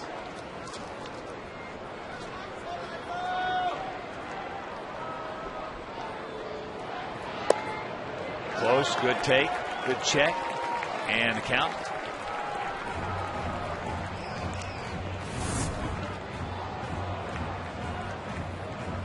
That one tantalizing, but dipped out of the zone at the last instant. Andrew would like to see him get a little more of the plate with this next one. Outfield and no double set.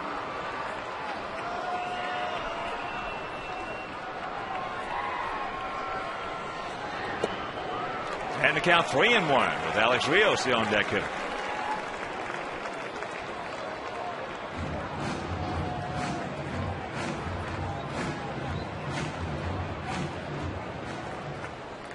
Nice and easy, short and quick, 25.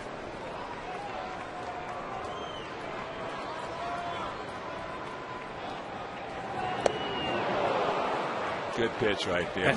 That's how much confidence he has in that straight change. Because he got the 3-1.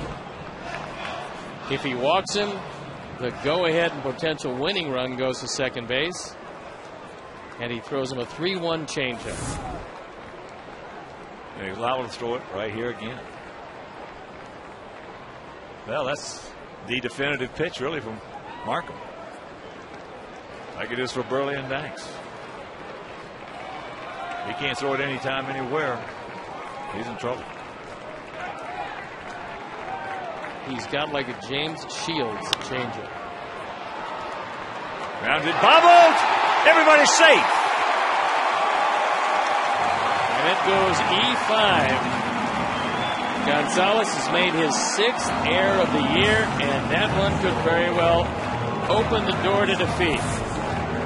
That's going to be it for Markham, who makes a very good pitch on 3-2. And Gonzalez just boots it.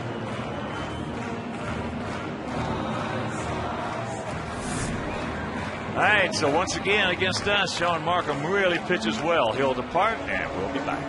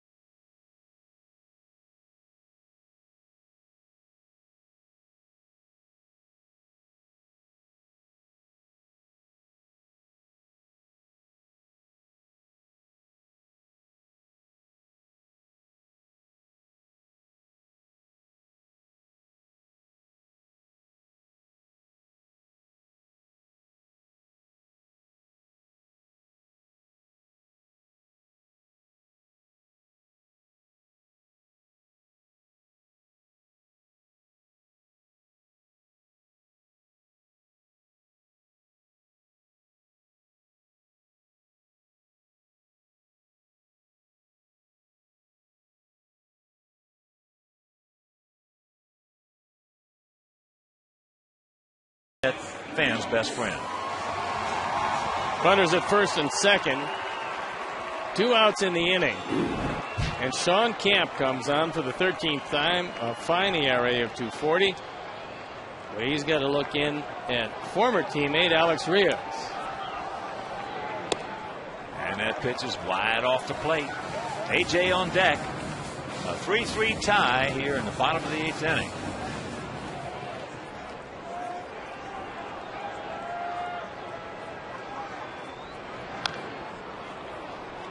Change up out in front, and the count evens at 1.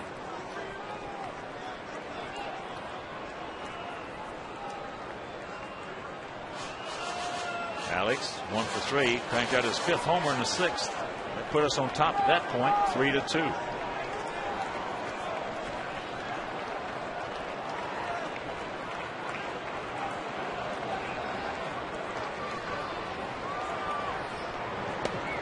Made a nice pitch right there on the outside edge.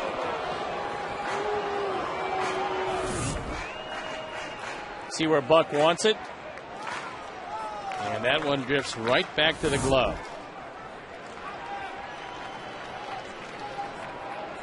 Going to be a good 2-strike hitter, Alex.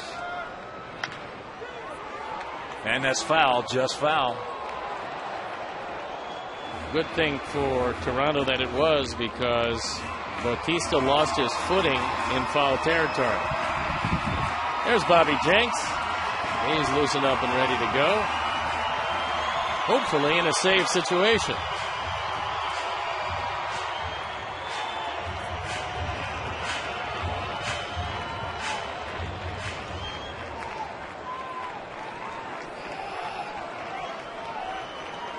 Once again, the 1-2. Breaking ball. Pops him up. Overbay.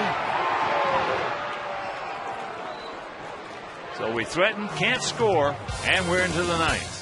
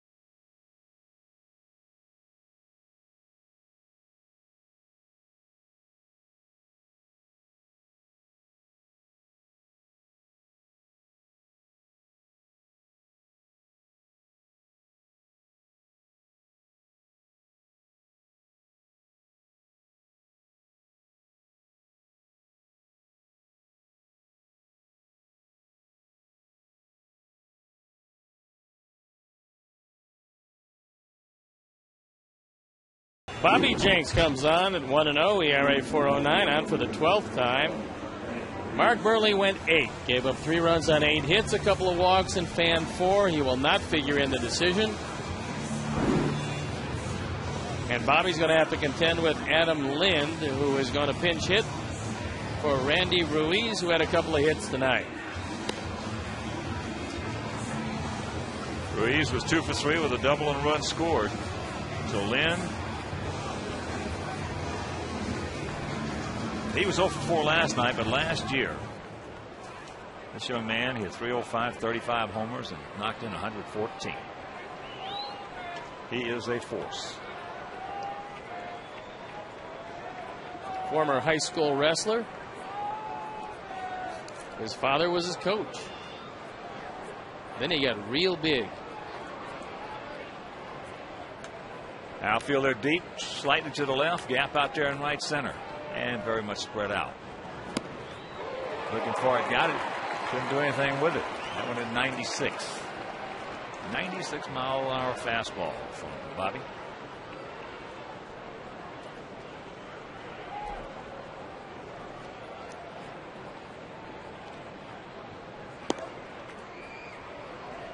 Another 96-mile-an-hour fastball. The outfield deep all the way around. Got to make sure they're able to cut off the alleys.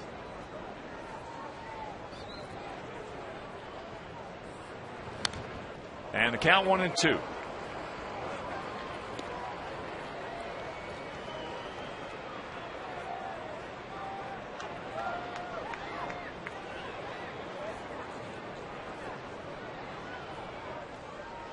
John Buck on deck and Travis Snyder in the hole.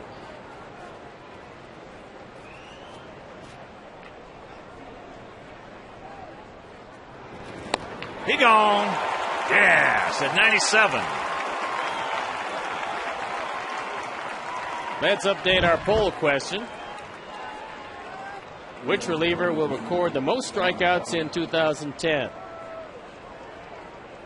Right now, you want C, Matt Thornton. Text A, B, C, or D to 53695 and stay with us for White Sox Postgame Live for the final results.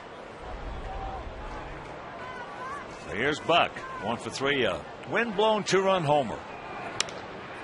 That ball hit deep into right center field. Went back, jumps. Looks like he got caught up in the wall, and that's the second home run by Buck. And it's a 4-3 Toronto lead. That one was not wind ball, and that ball was hit well. Buck has 7 home runs, 17 driven in, and 3 runs driven in tonight. He goes the opposite way. No chance for Carlos.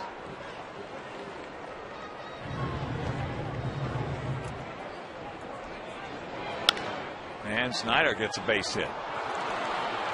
That's his 3rd of the game.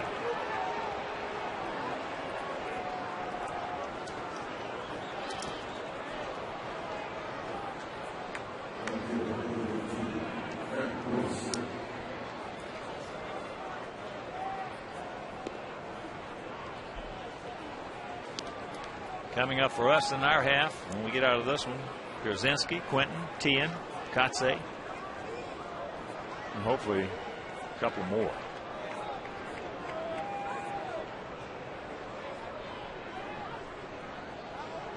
Fred Lewis takes a ball. He's 1 for 4, had an infield single last inning. If we're going to come back, it's going to have to be against their closer, Kevin Gregg, who is loosening up in the bullpen.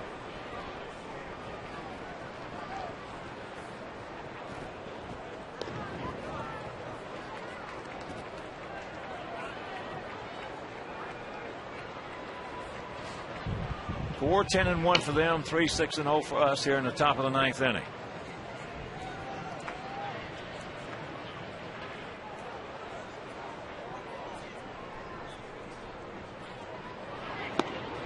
There's the strike.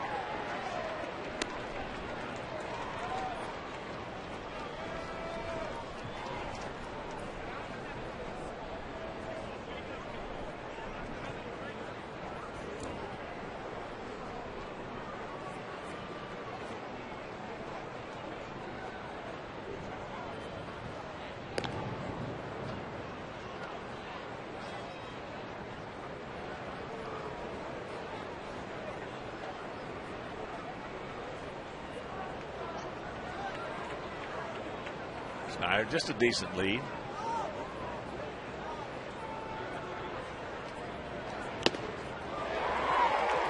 Threw that one by him upstairs. So Bobby on top in the count, 1-2.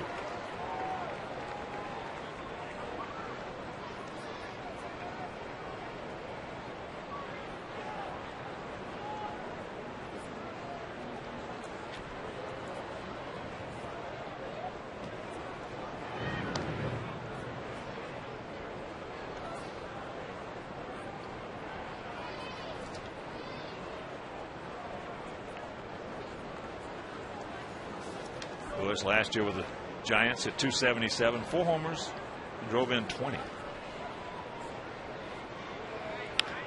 And that's fisted, a little duck snort out there. It's going to fall.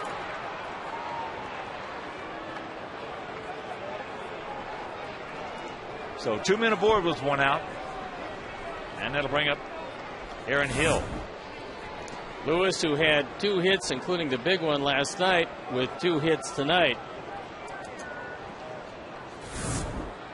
And out comes Coop. Join the WhiteSox.com blacklist and receive the White Sox Wire e-newsletter featuring the latest team news and videos. Plus, get ticketing offers, breaking news emails, and more. Visit WhiteSox.com to join the blacklist today.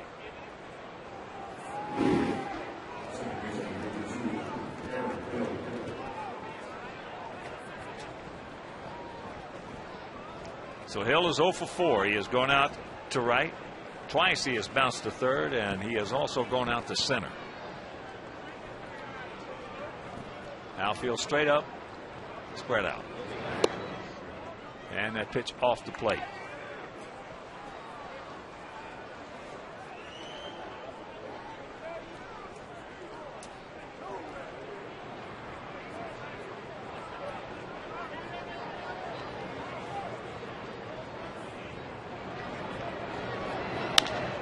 Down to third. Can't get him. Slow developing because it was a chopper, and really no chance. It's a good solid throw by Tian and a nice attempted turn by Vizquel, but on a high hopper, you're not going to get anybody who can run. Hill knows he's got to beat it down to first base to keep the inning alive, and he's able to do just that. And that'll give Jose Bautista an opportunity, as he is 0 for 3 with a walk, but it was a big walk coming last inning. Out of play right side.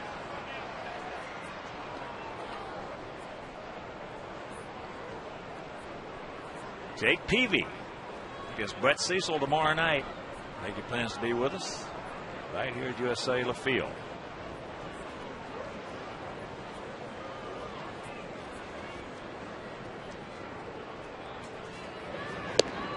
And there's a strike on the outside corner. 0-2. Well, Jake shows a little something like he showed last time out against Kansas City. He's going to be pretty tough. He changed speeds on both his fastball and his slider, and got everything over the plate. It is a 6:05 start. Pretty good pitch right there. Didn't get it.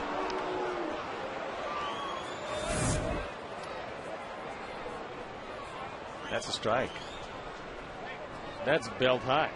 That is a strike.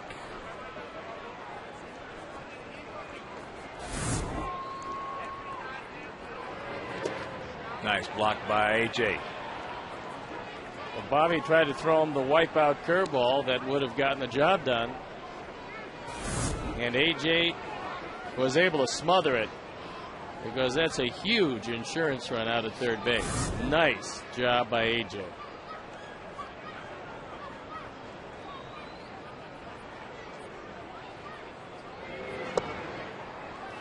And a full count.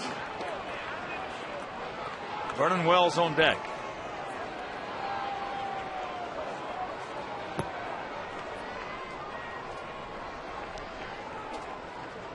Here's a look at Jake. Talking it over with John Danks to his right. And Bautista gets a piece of it.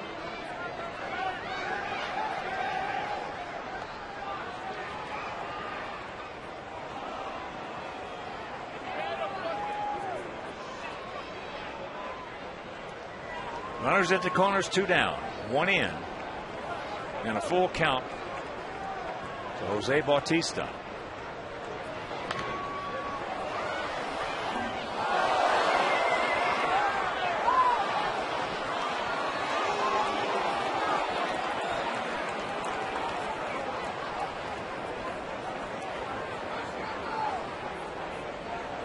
Stay with him, Bobby.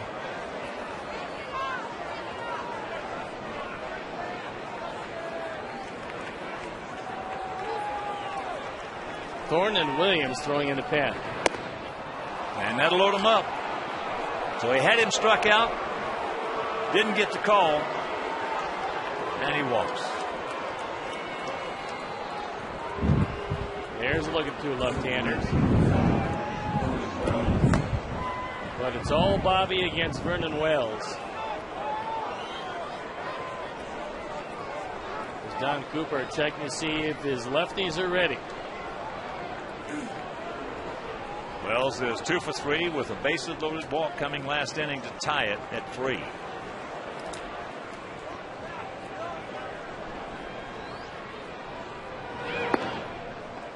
And there's ball 1.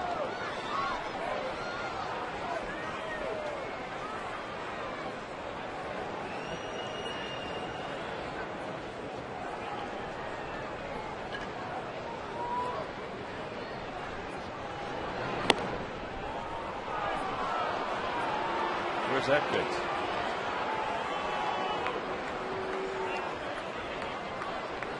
He's dropped his shoulders.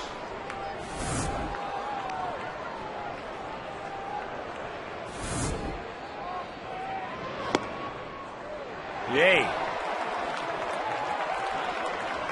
Like a little bit of a makeup, because the pitch before was a better pitch than that one. Man.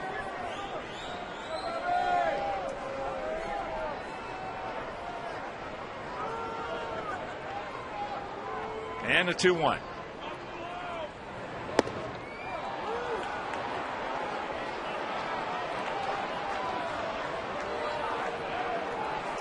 Catbird seat right here for Vernon Wells. Sacks packed. 3-1.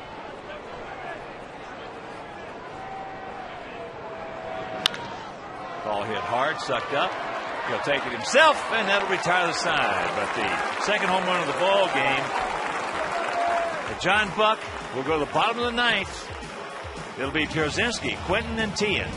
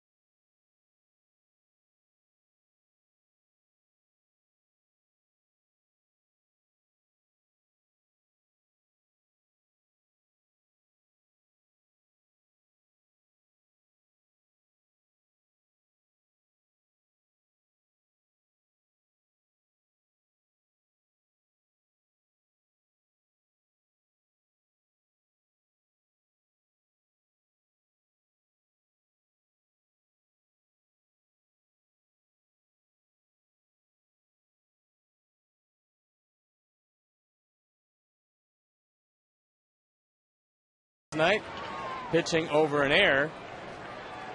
He's been around pro ball 15 years, despite being just 31. So here's AJ in a 4-3 Blue Jay lead. That ball hit deep, way back. He looks up. You can put it on the board. Yes. Yes. And this game is tied at 4. Mercy.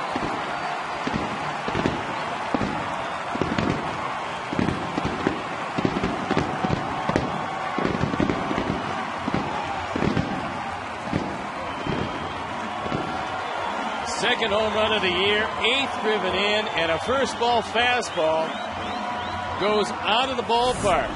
The 3rd Sox home run of the night, the 4th home run replay, a fastball right down the middle, right around thigh high, and gone in an instant. Don't stop now, boys. Here's Carlos. He's 1 for 3. A double and a run scored back in the 5th.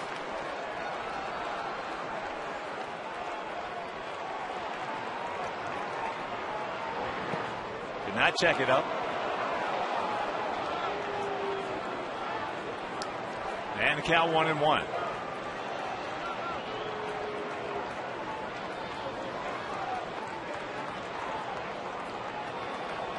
AJ looking for it, got it, and did not miss it.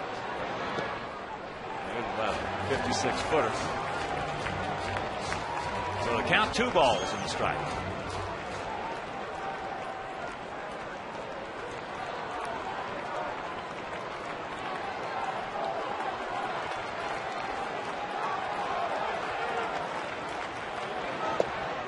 And that's off the plate. 3-1.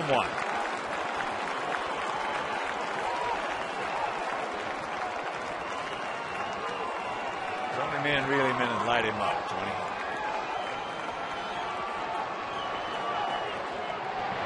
And that's ball 4. And a walk puts the winning run aboard.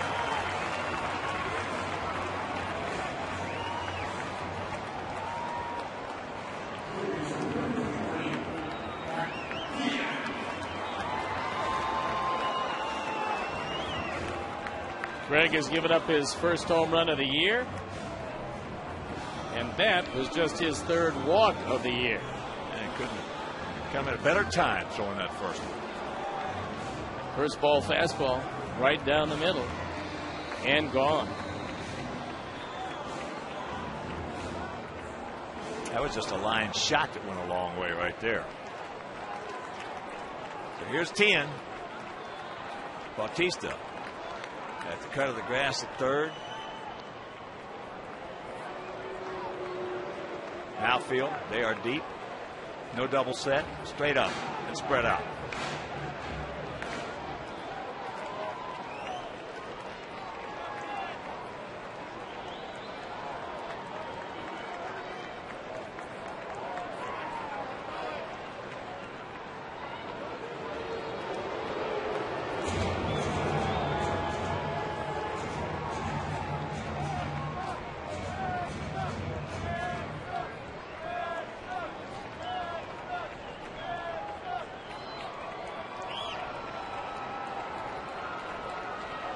Just a decent lead by Carlos. Carlos Bunches jabbed at it and did not get the job done. Good idea, bad execution. Great concept.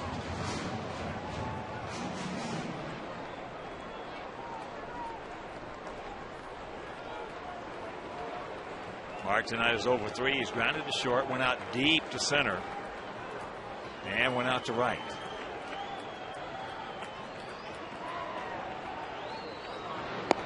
Squares the bunt again, takes that one high and wide. You're just tuning in. Markham and Burley were just dealing. And it was 1-2-3, 1-2-3 for almost everybody. Then they get to the 5th. 2-run homer by Buck after the double by Ruiz.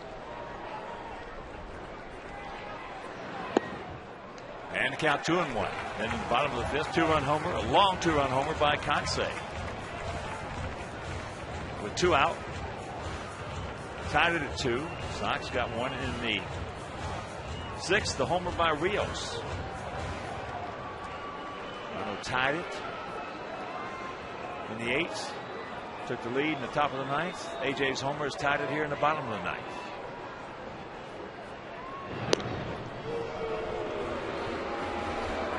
Leading Carlos Quentin. He's 30 for 30 in stolen bases. Well, they're very concerned about his blazing speed.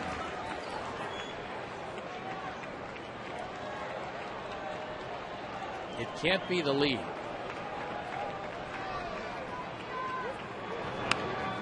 There's a bunt. They just look to second, have to go to first, so a good bunt by 10. And Quentin at second.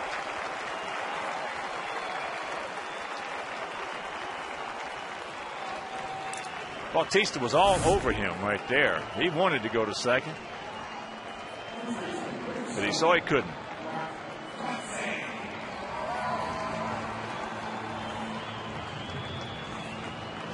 So it's going to have to be up to Alexei.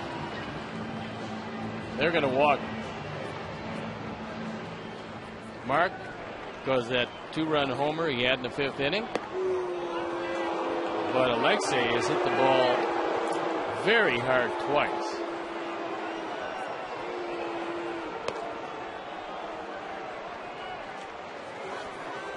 Conce picking up his 3rd homer with that long homer into deep right center field.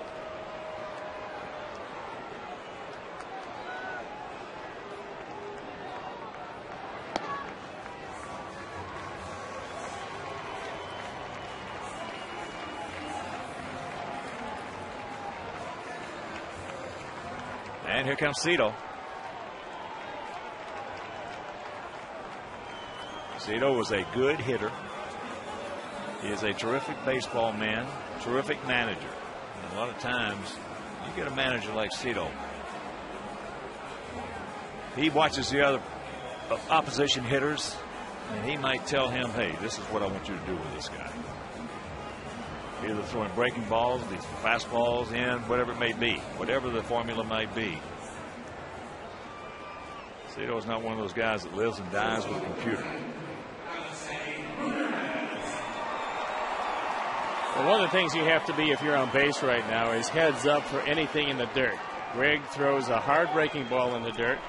He'll throw splitters in the dirt.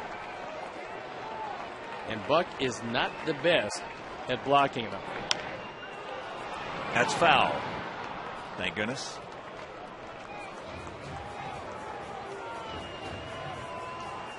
Our base running has been pretty good this year as far as getting good leads, good jumps, and also recognition of that ball in there. So they've been doing that on a regular basis.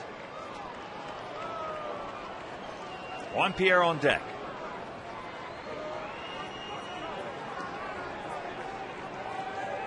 Alexei, Steve mentions, hit it hard twice. That double he ripped down the left field corner, or left center field, I should say. And then last time up, lined hard to Snyder and right.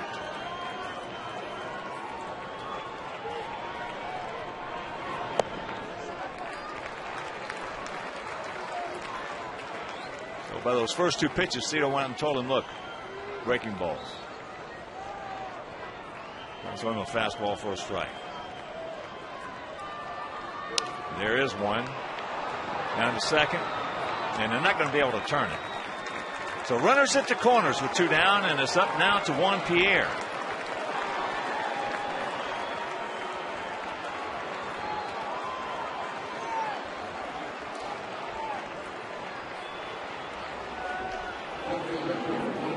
Greg has one wild pitch.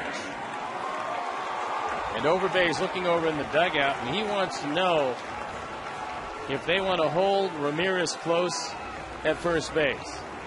I wouldn't think there's any percentage in doing that. He's going to play behind him.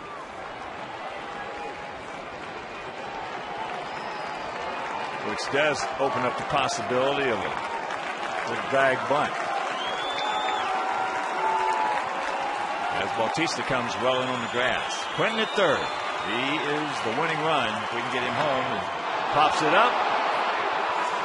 And that ended that. Extra innings tied at 4.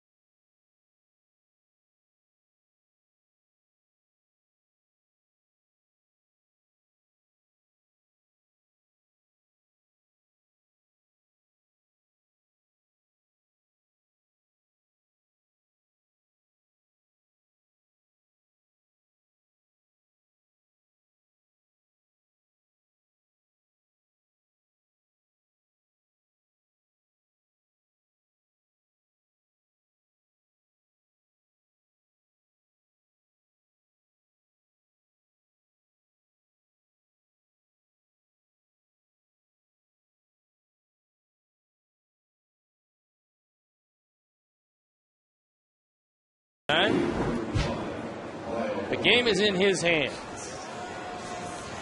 Mark Burley will get a no D. Bobby Jenks will get a no decision.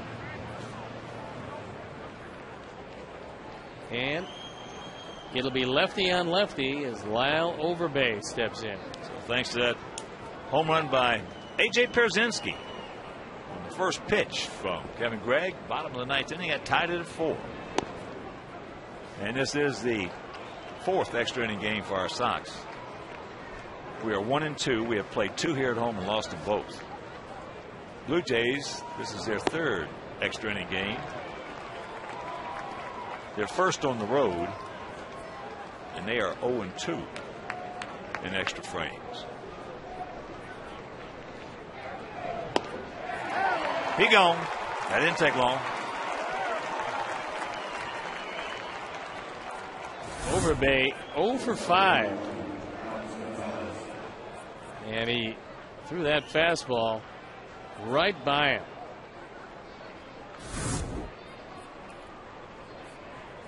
So here's Alex Gonzalez. He is 0 for 4.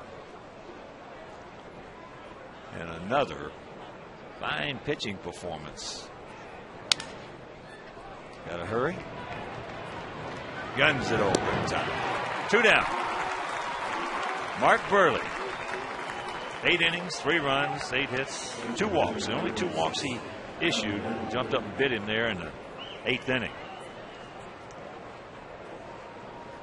But whatever Mark was lacking in a couple of previous starts, he had it all tonight. Threw the ball very well, was aggressive, especially early in the game. Well, he made a decent pitch on Buck. He got fisted. John Buck's a strong guy. He got fisted. He just got it up in that wind and just blew it over the left field fence. So Burley, everybody's talking about his last 4 starts. Only 2 of them were bad. The other 2, the defense was bad.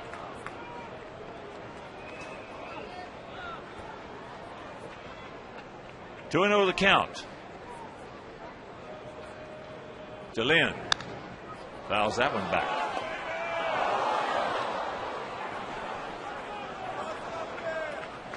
He pinch hit for Randy Ruiz leading off last inning and struck out. Ruiz was 2 for 3 with a single, a double, and a run scored. And the count evens at 2. Matt tried to heat him upstairs. That's how Bobby Jenks got him last inning.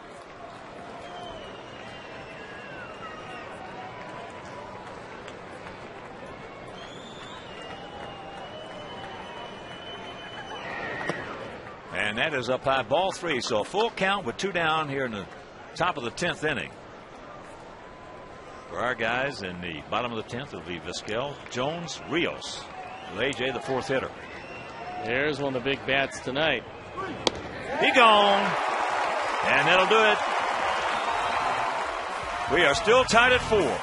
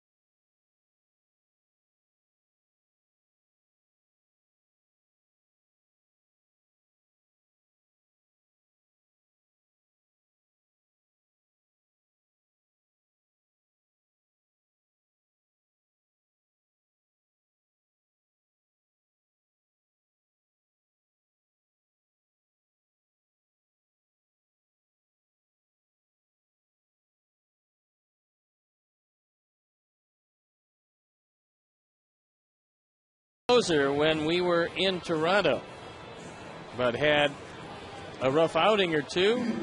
They turned it over to Kevin Gregg, and there you look at the numbers: an ERA of 7.36, on for the 13th time, in a situation where 1 run will win it.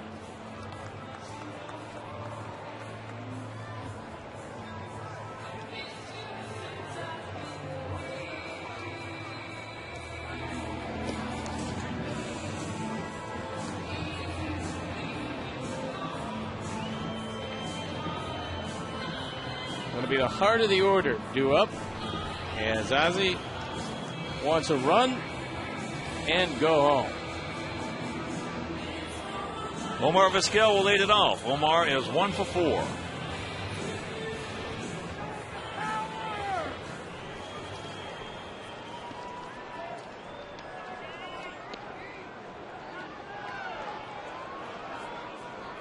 Omar has gone out to second, struck out. Overbay made a good play on him to get him at first, and then he singled in the hole between third and short. First ball hunting, pops it up. Gonzalez backing up. One pitch, one out here in the bottom of the 10th.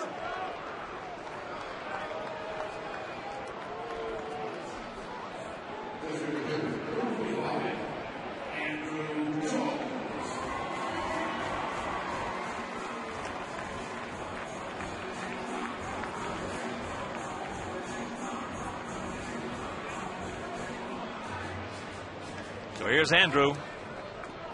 He's 1 for 4.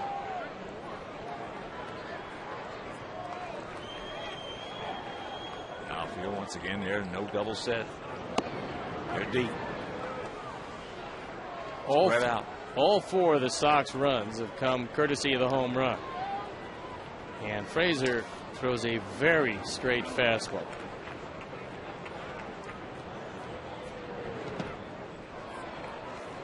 About a 54-footer.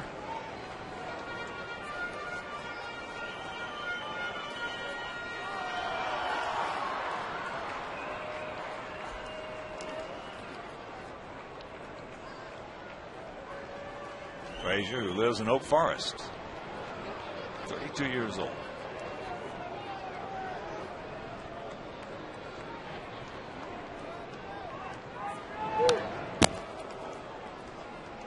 He almost got one there. That fastball right down the middle, and Andrew fouled it straight back.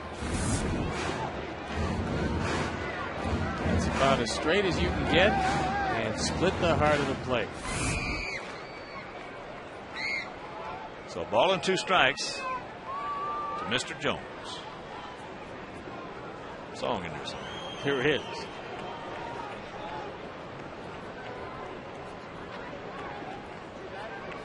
Long look in.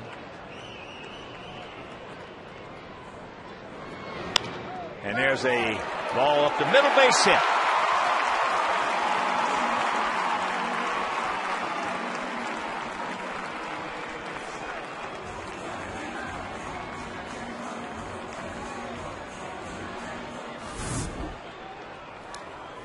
Another straight fastball. This one he tried to throw inside, couldn't quite get it there.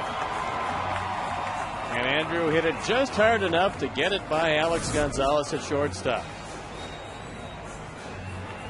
So here's Alex. That home run to give us a 3-2 lead back in the 6th inning, extending his hitting streak to 9 games. But more importantly right here, we need first and third him or knock him in.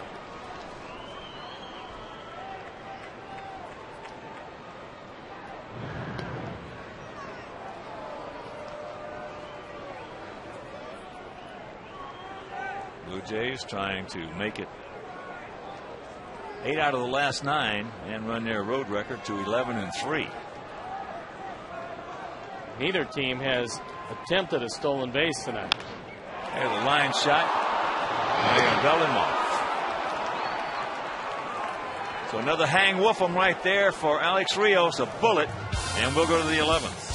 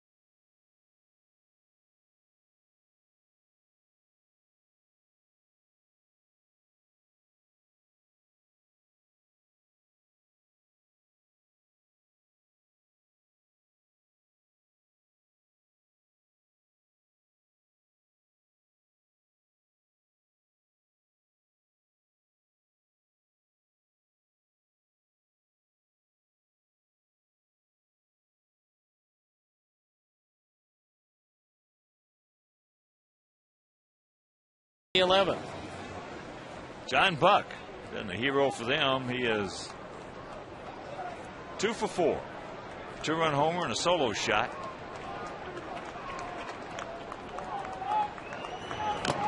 Can't get it from Thornton. Snyder on deck and Lewis in the hole.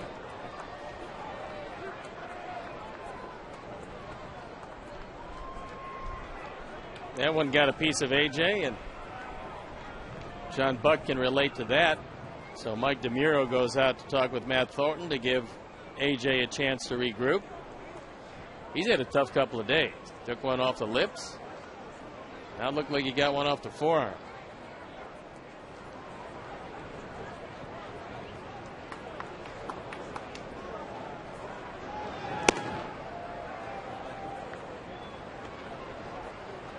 One and one to count. It's a Buck who has 7 home runs in the season. Last year, Kansas City hit 8. And to count 1-2.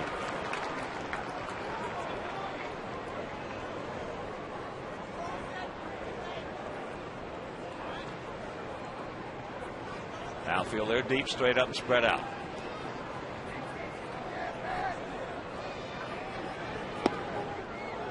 Two and two.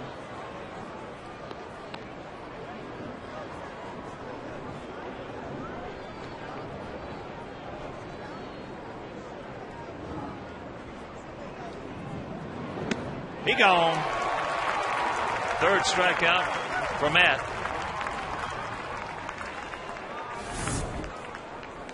It's very tough to catch up to Matt Thornton's fastball if you're going to swing at it up there. Buck was swinging and that ball was in the glove. So here's Snyder. He's 3 for 4. He also scored a run in the 8th inning. Tries to bunt it. Discretion is a better part of valor. Well, he took a look at Tien and thought if he can get it on the grass, he's going to be able to beat it out. But it's tough. It's tough to hit the 97. It's tough to bunt the 97.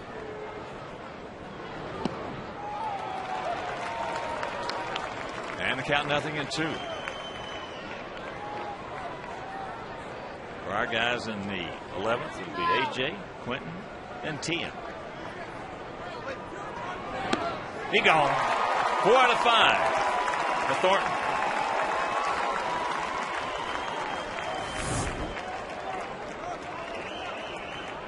High fastball right by him again.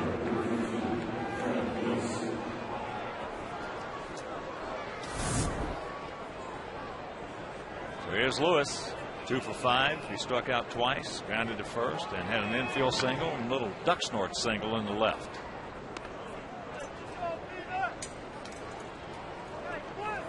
Lewis has some pretty good speed, and Tien is back at third. There's a strike to even the count. 1-1 to Freddie Lewis. Scott Downs loosening in the pen.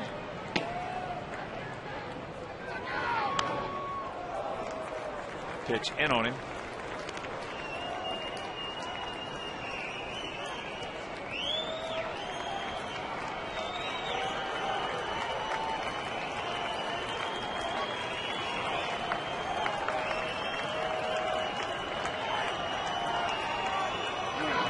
They gone. That didn't take long. 5 out of 6 for Thornton.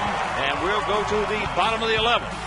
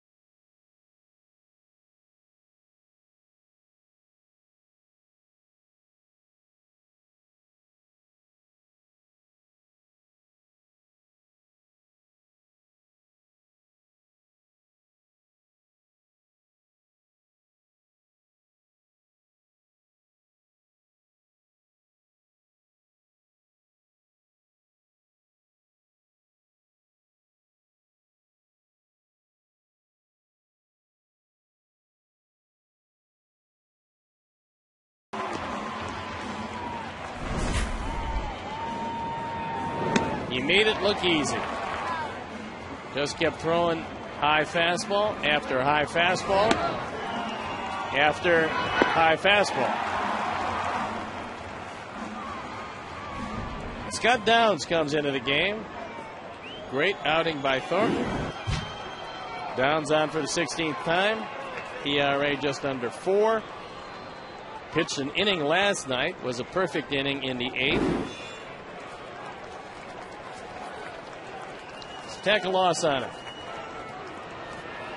Here's AJ. In the bottom of the ninth, trailing 4-3. First pitch from Kevin Gray. Poof.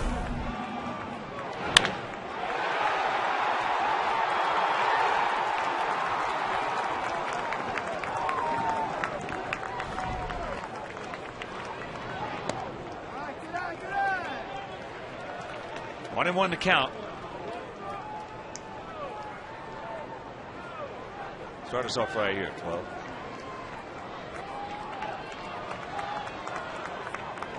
Overbay not guarding the line at first, and there's a little chopper two-hopper down at third. So one out. And here comes Carlos. He is 1 for 3. Had a double and scored a run back in the 5th inning. Scored ahead of Mark Kotze's 2-run homer.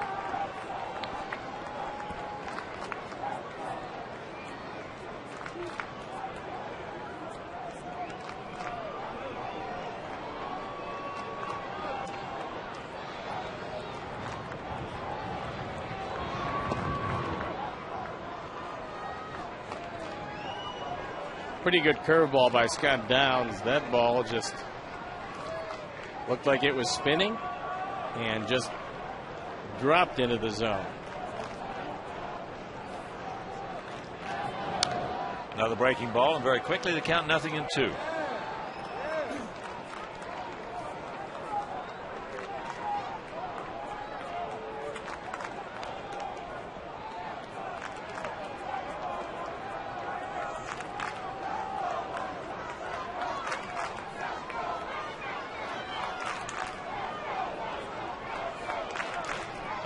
Pitch. Just got a piece of it.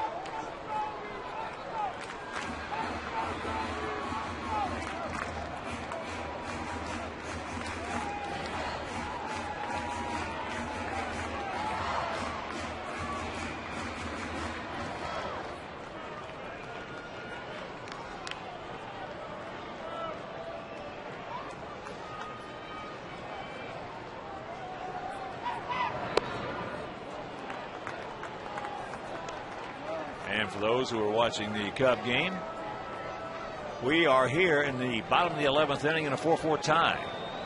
A.J. Pierzynski homered in the bottom of the 9th to tie it at 4.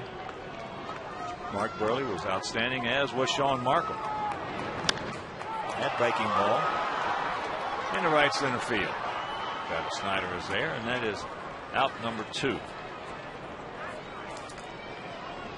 3 home runs for us in this ball game. 2-run shot by Kotze, solo shot by Rios, and that solo shot by Pierzynski for them. 2 home runs, both coming off the bat of Big John Buck, a 2-run blast in the 5th and a solo blast in the 9th.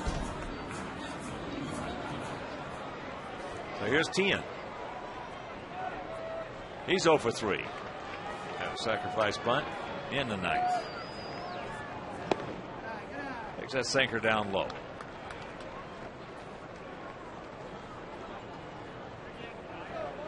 Outfield once again straight away, and once again about as deep as you can get and still be in the yard.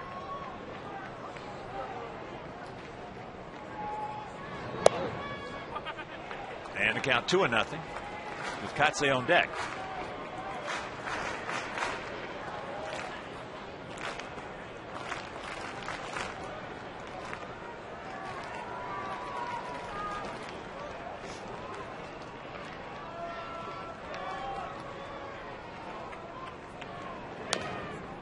Big rip, and it's 2-1. And just again a reminder, tomorrow night, 6:05 start.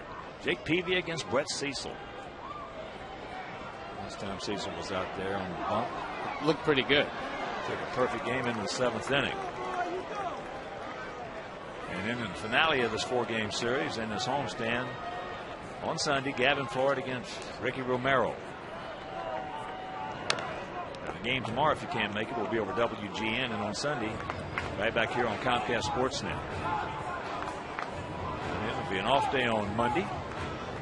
And after that, we are off to Minnesota for 2, Kansas City for 3, and Detroit for 2.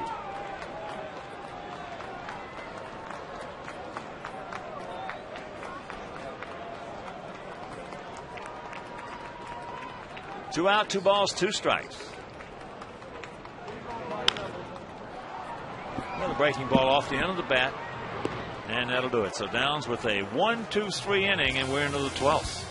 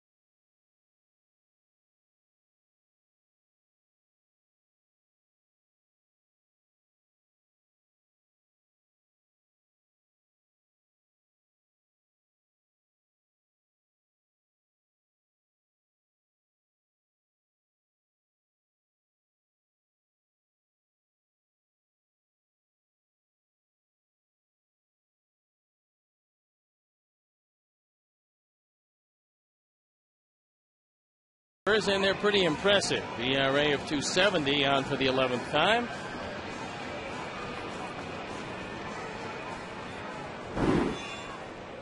And he's got to go right through the heart of this Toronto order.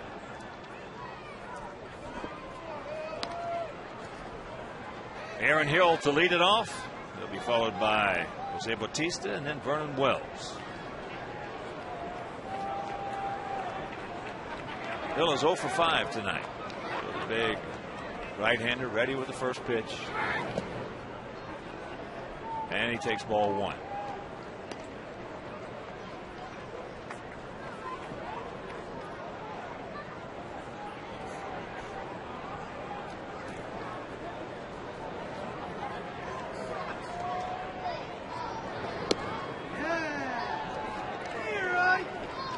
Strike on the corner. Aaron has gone out to right. Twice he has checked it. 3 times he's bounced to third. And once he has gone out to center.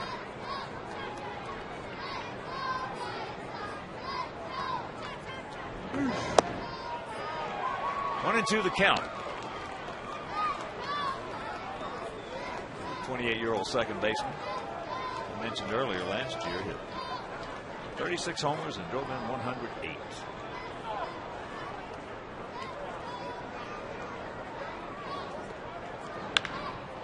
Ball into center field, hit well. Alex is there. Nice running catch by Alex Rios. That ball was hit right on the nose.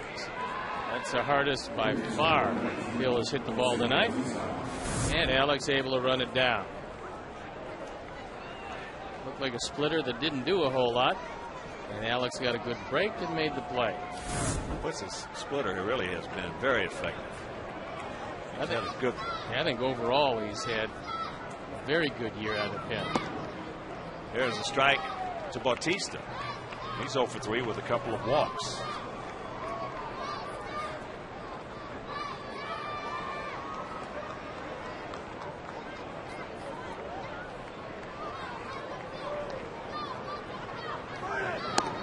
Cubs up high.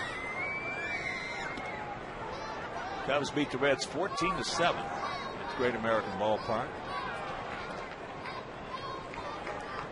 Yankees thumped the Red Sox 10-3 at Fenway.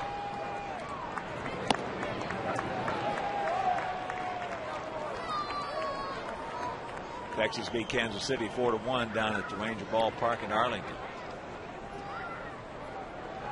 San Diego shuts out Houston 7-0 down at Minute Maid.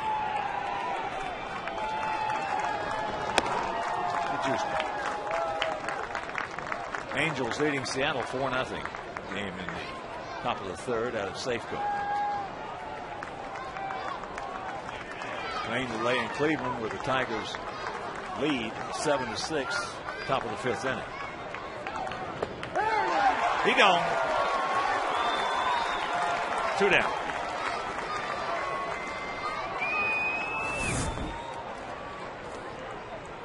There's that good splitter. You see the movement on that one. It's straight down. Bautista well over the top of it. 10th, check that, 11th strikeout for Sox pitching tonight. Thornton had 5 in 2 innings. And here's Vernon Wells. Wells is 2 for 4 with a walk. That was a big walk, coming with the bases loaded in the 8th to tie it at 3.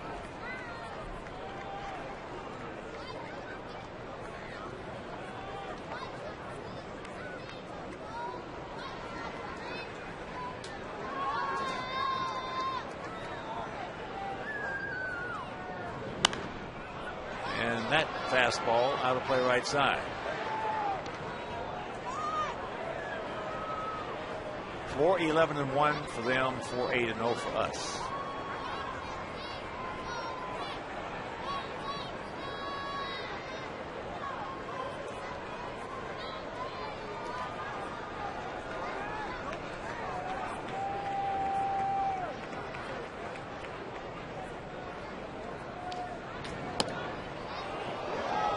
KG tried to yank that ball from about 6 inches off the corner back over the plate, but Mike DeMuro would have none of it.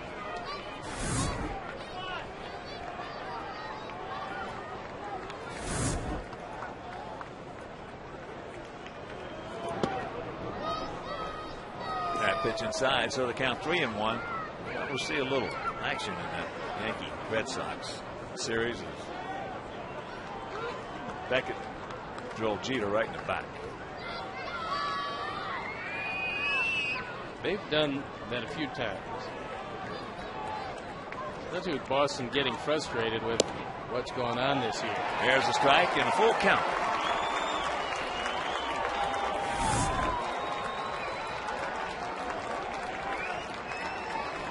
That's a nasty 3-1 right there. You're not going to be able to hit it. You might as well take it and see what the ump calls. And the payoff pitch.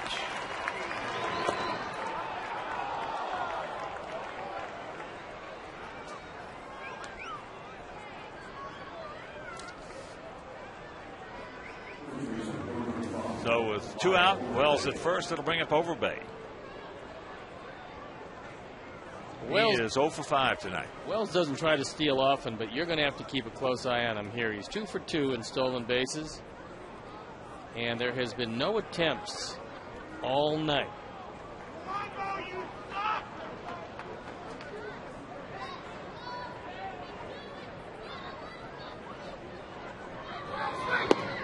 That pitch is outside.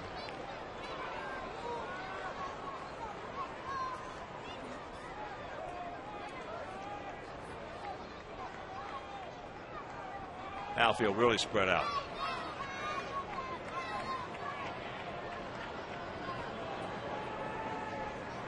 Pretty good lead by Wells. And there's the strike. 1-1 to count.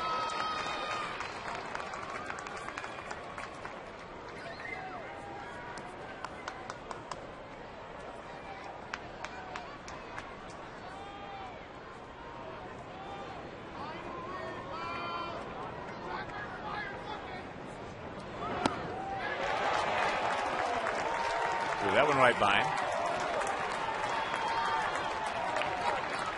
So 2 out, 1 and 2 the count. With Alex Gonzalez on deck.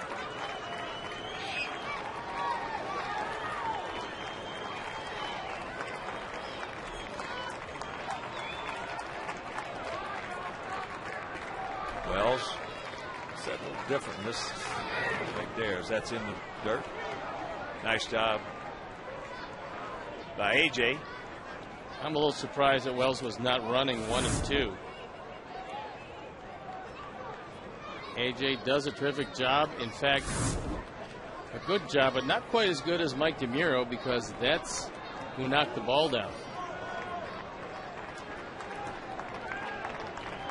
So 2 balls, 2 strikes.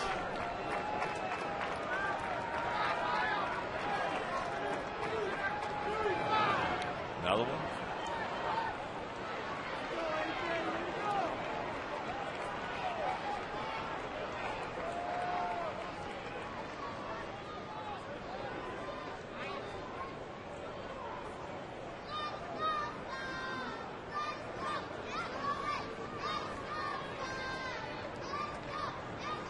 Mark Burley and Sean Markham really locked up in a good one there for a long time. Burley pitched well. 8 innings, 3 runs. Markham 7 2/3, 3 runs. Well, he had 2 quick working strike throwers. So the count gets him right there as he just rifles one into right field. Wells over to third.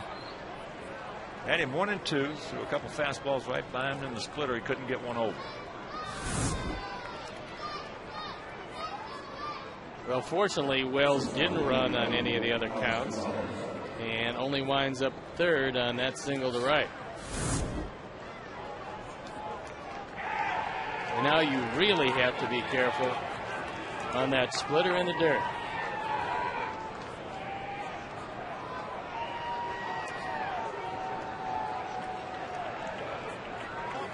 Here's Gonzalez.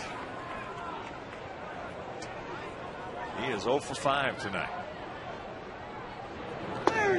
Takes first pitch strike.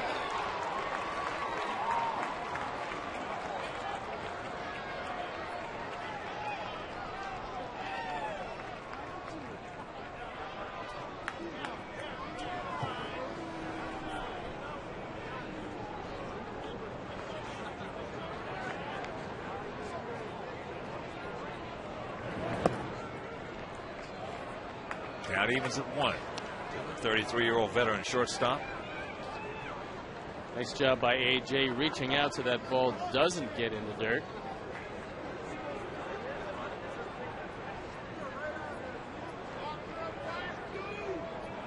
Gonzalez, a shortstop that, as he said when he was with the Marlins, was as good as it gets. And the count 1 and 2.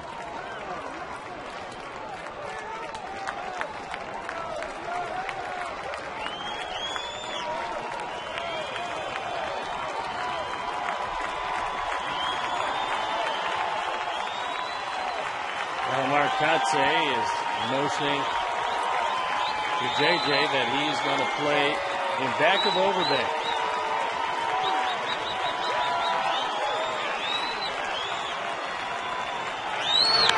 That ball hit deep to left field. Way back. And that is a 3-run homer for Gonzalez, and it is a 7-4 Toronto lead. Mercer.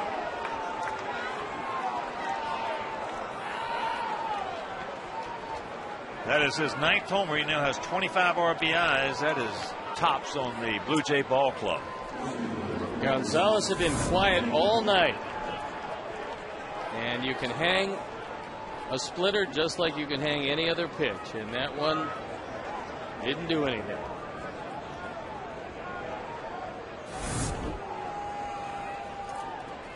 Well, the at-bat that hurt you right there was Overbay. He has really been scuffling. Threw a couple of fastballs by him, had him 1 and 2, and then walked. And not walking, but get him to 3 and 2, and then he rips that single.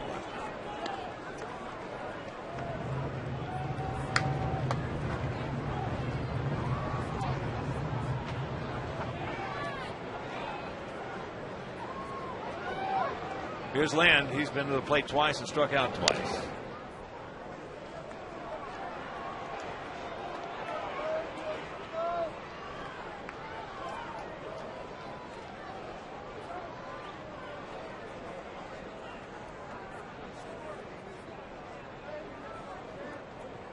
And 25 for Alex Gonzalez. Well, when you're looking at resurgent years, that's a great illustration of one. There's Nick Leyva.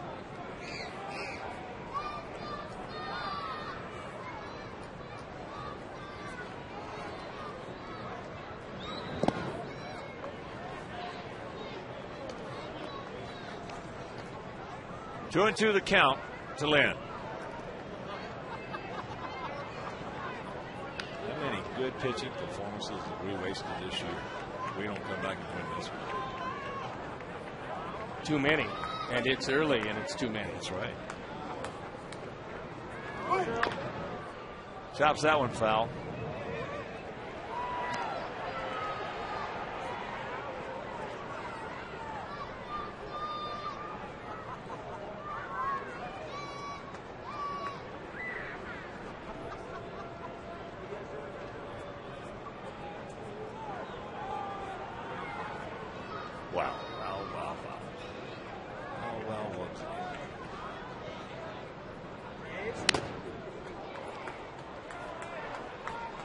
Count hangs at 2 and 2. He's taking a beating back there tonight. He's just trying to see if there's any blood.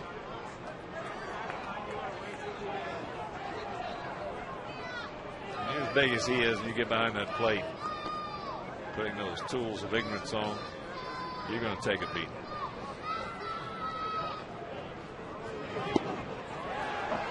That'll do it. But 3-run homer by Alex Gonzalez will go to the bottom of the 12th.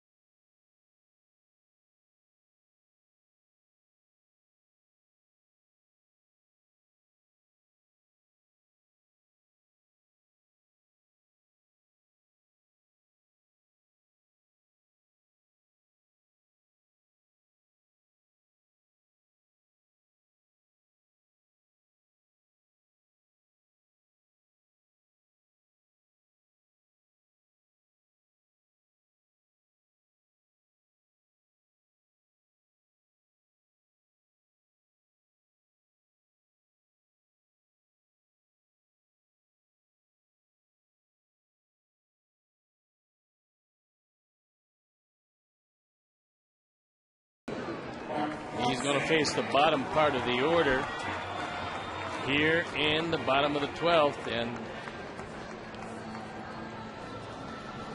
big rally certainly needed here.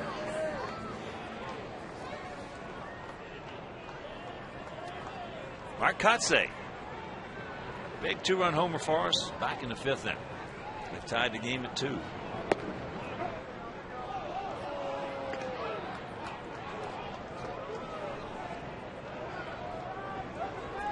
Mark was talking with Mike DeMuro about that last pitch. I don't blame him.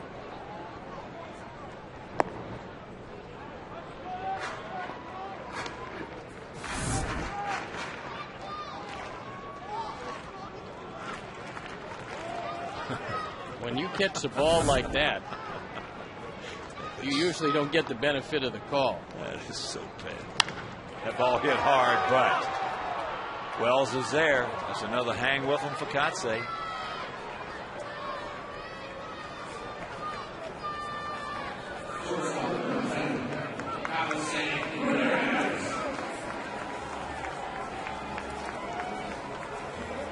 So here's Alexi.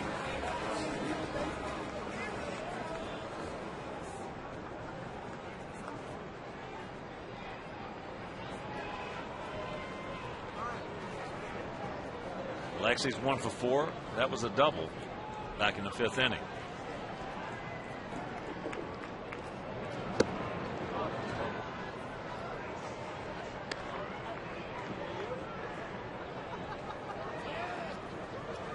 Seven, 13-1 for the Blue Jays. 4-8-0 for our Sox. Jake Peavy tomorrow night against Brett Cecil.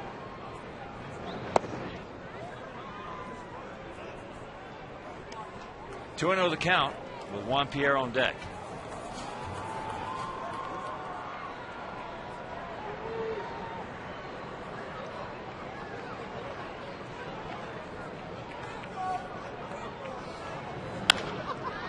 That ball hit hard, caught by Hill. 2 down. 2 line drives, but 2 outs.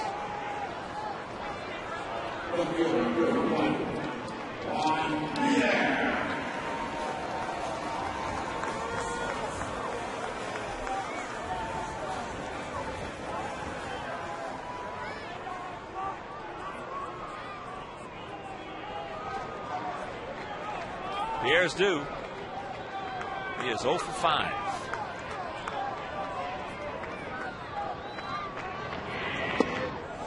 Takes that low one away. Omar Vizquel on deck.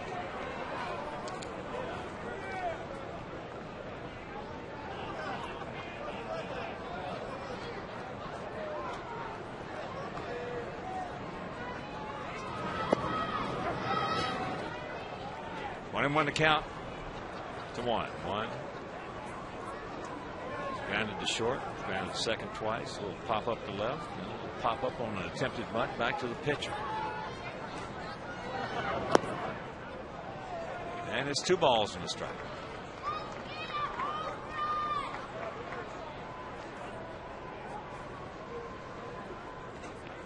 And the finale on Sunday here, Gavin Floyd against Ricky Romero. Now tomorrow night, if you can't make it, that game will be over WG, and then on Sunday it'll be right back here on Comcast Sportsnet.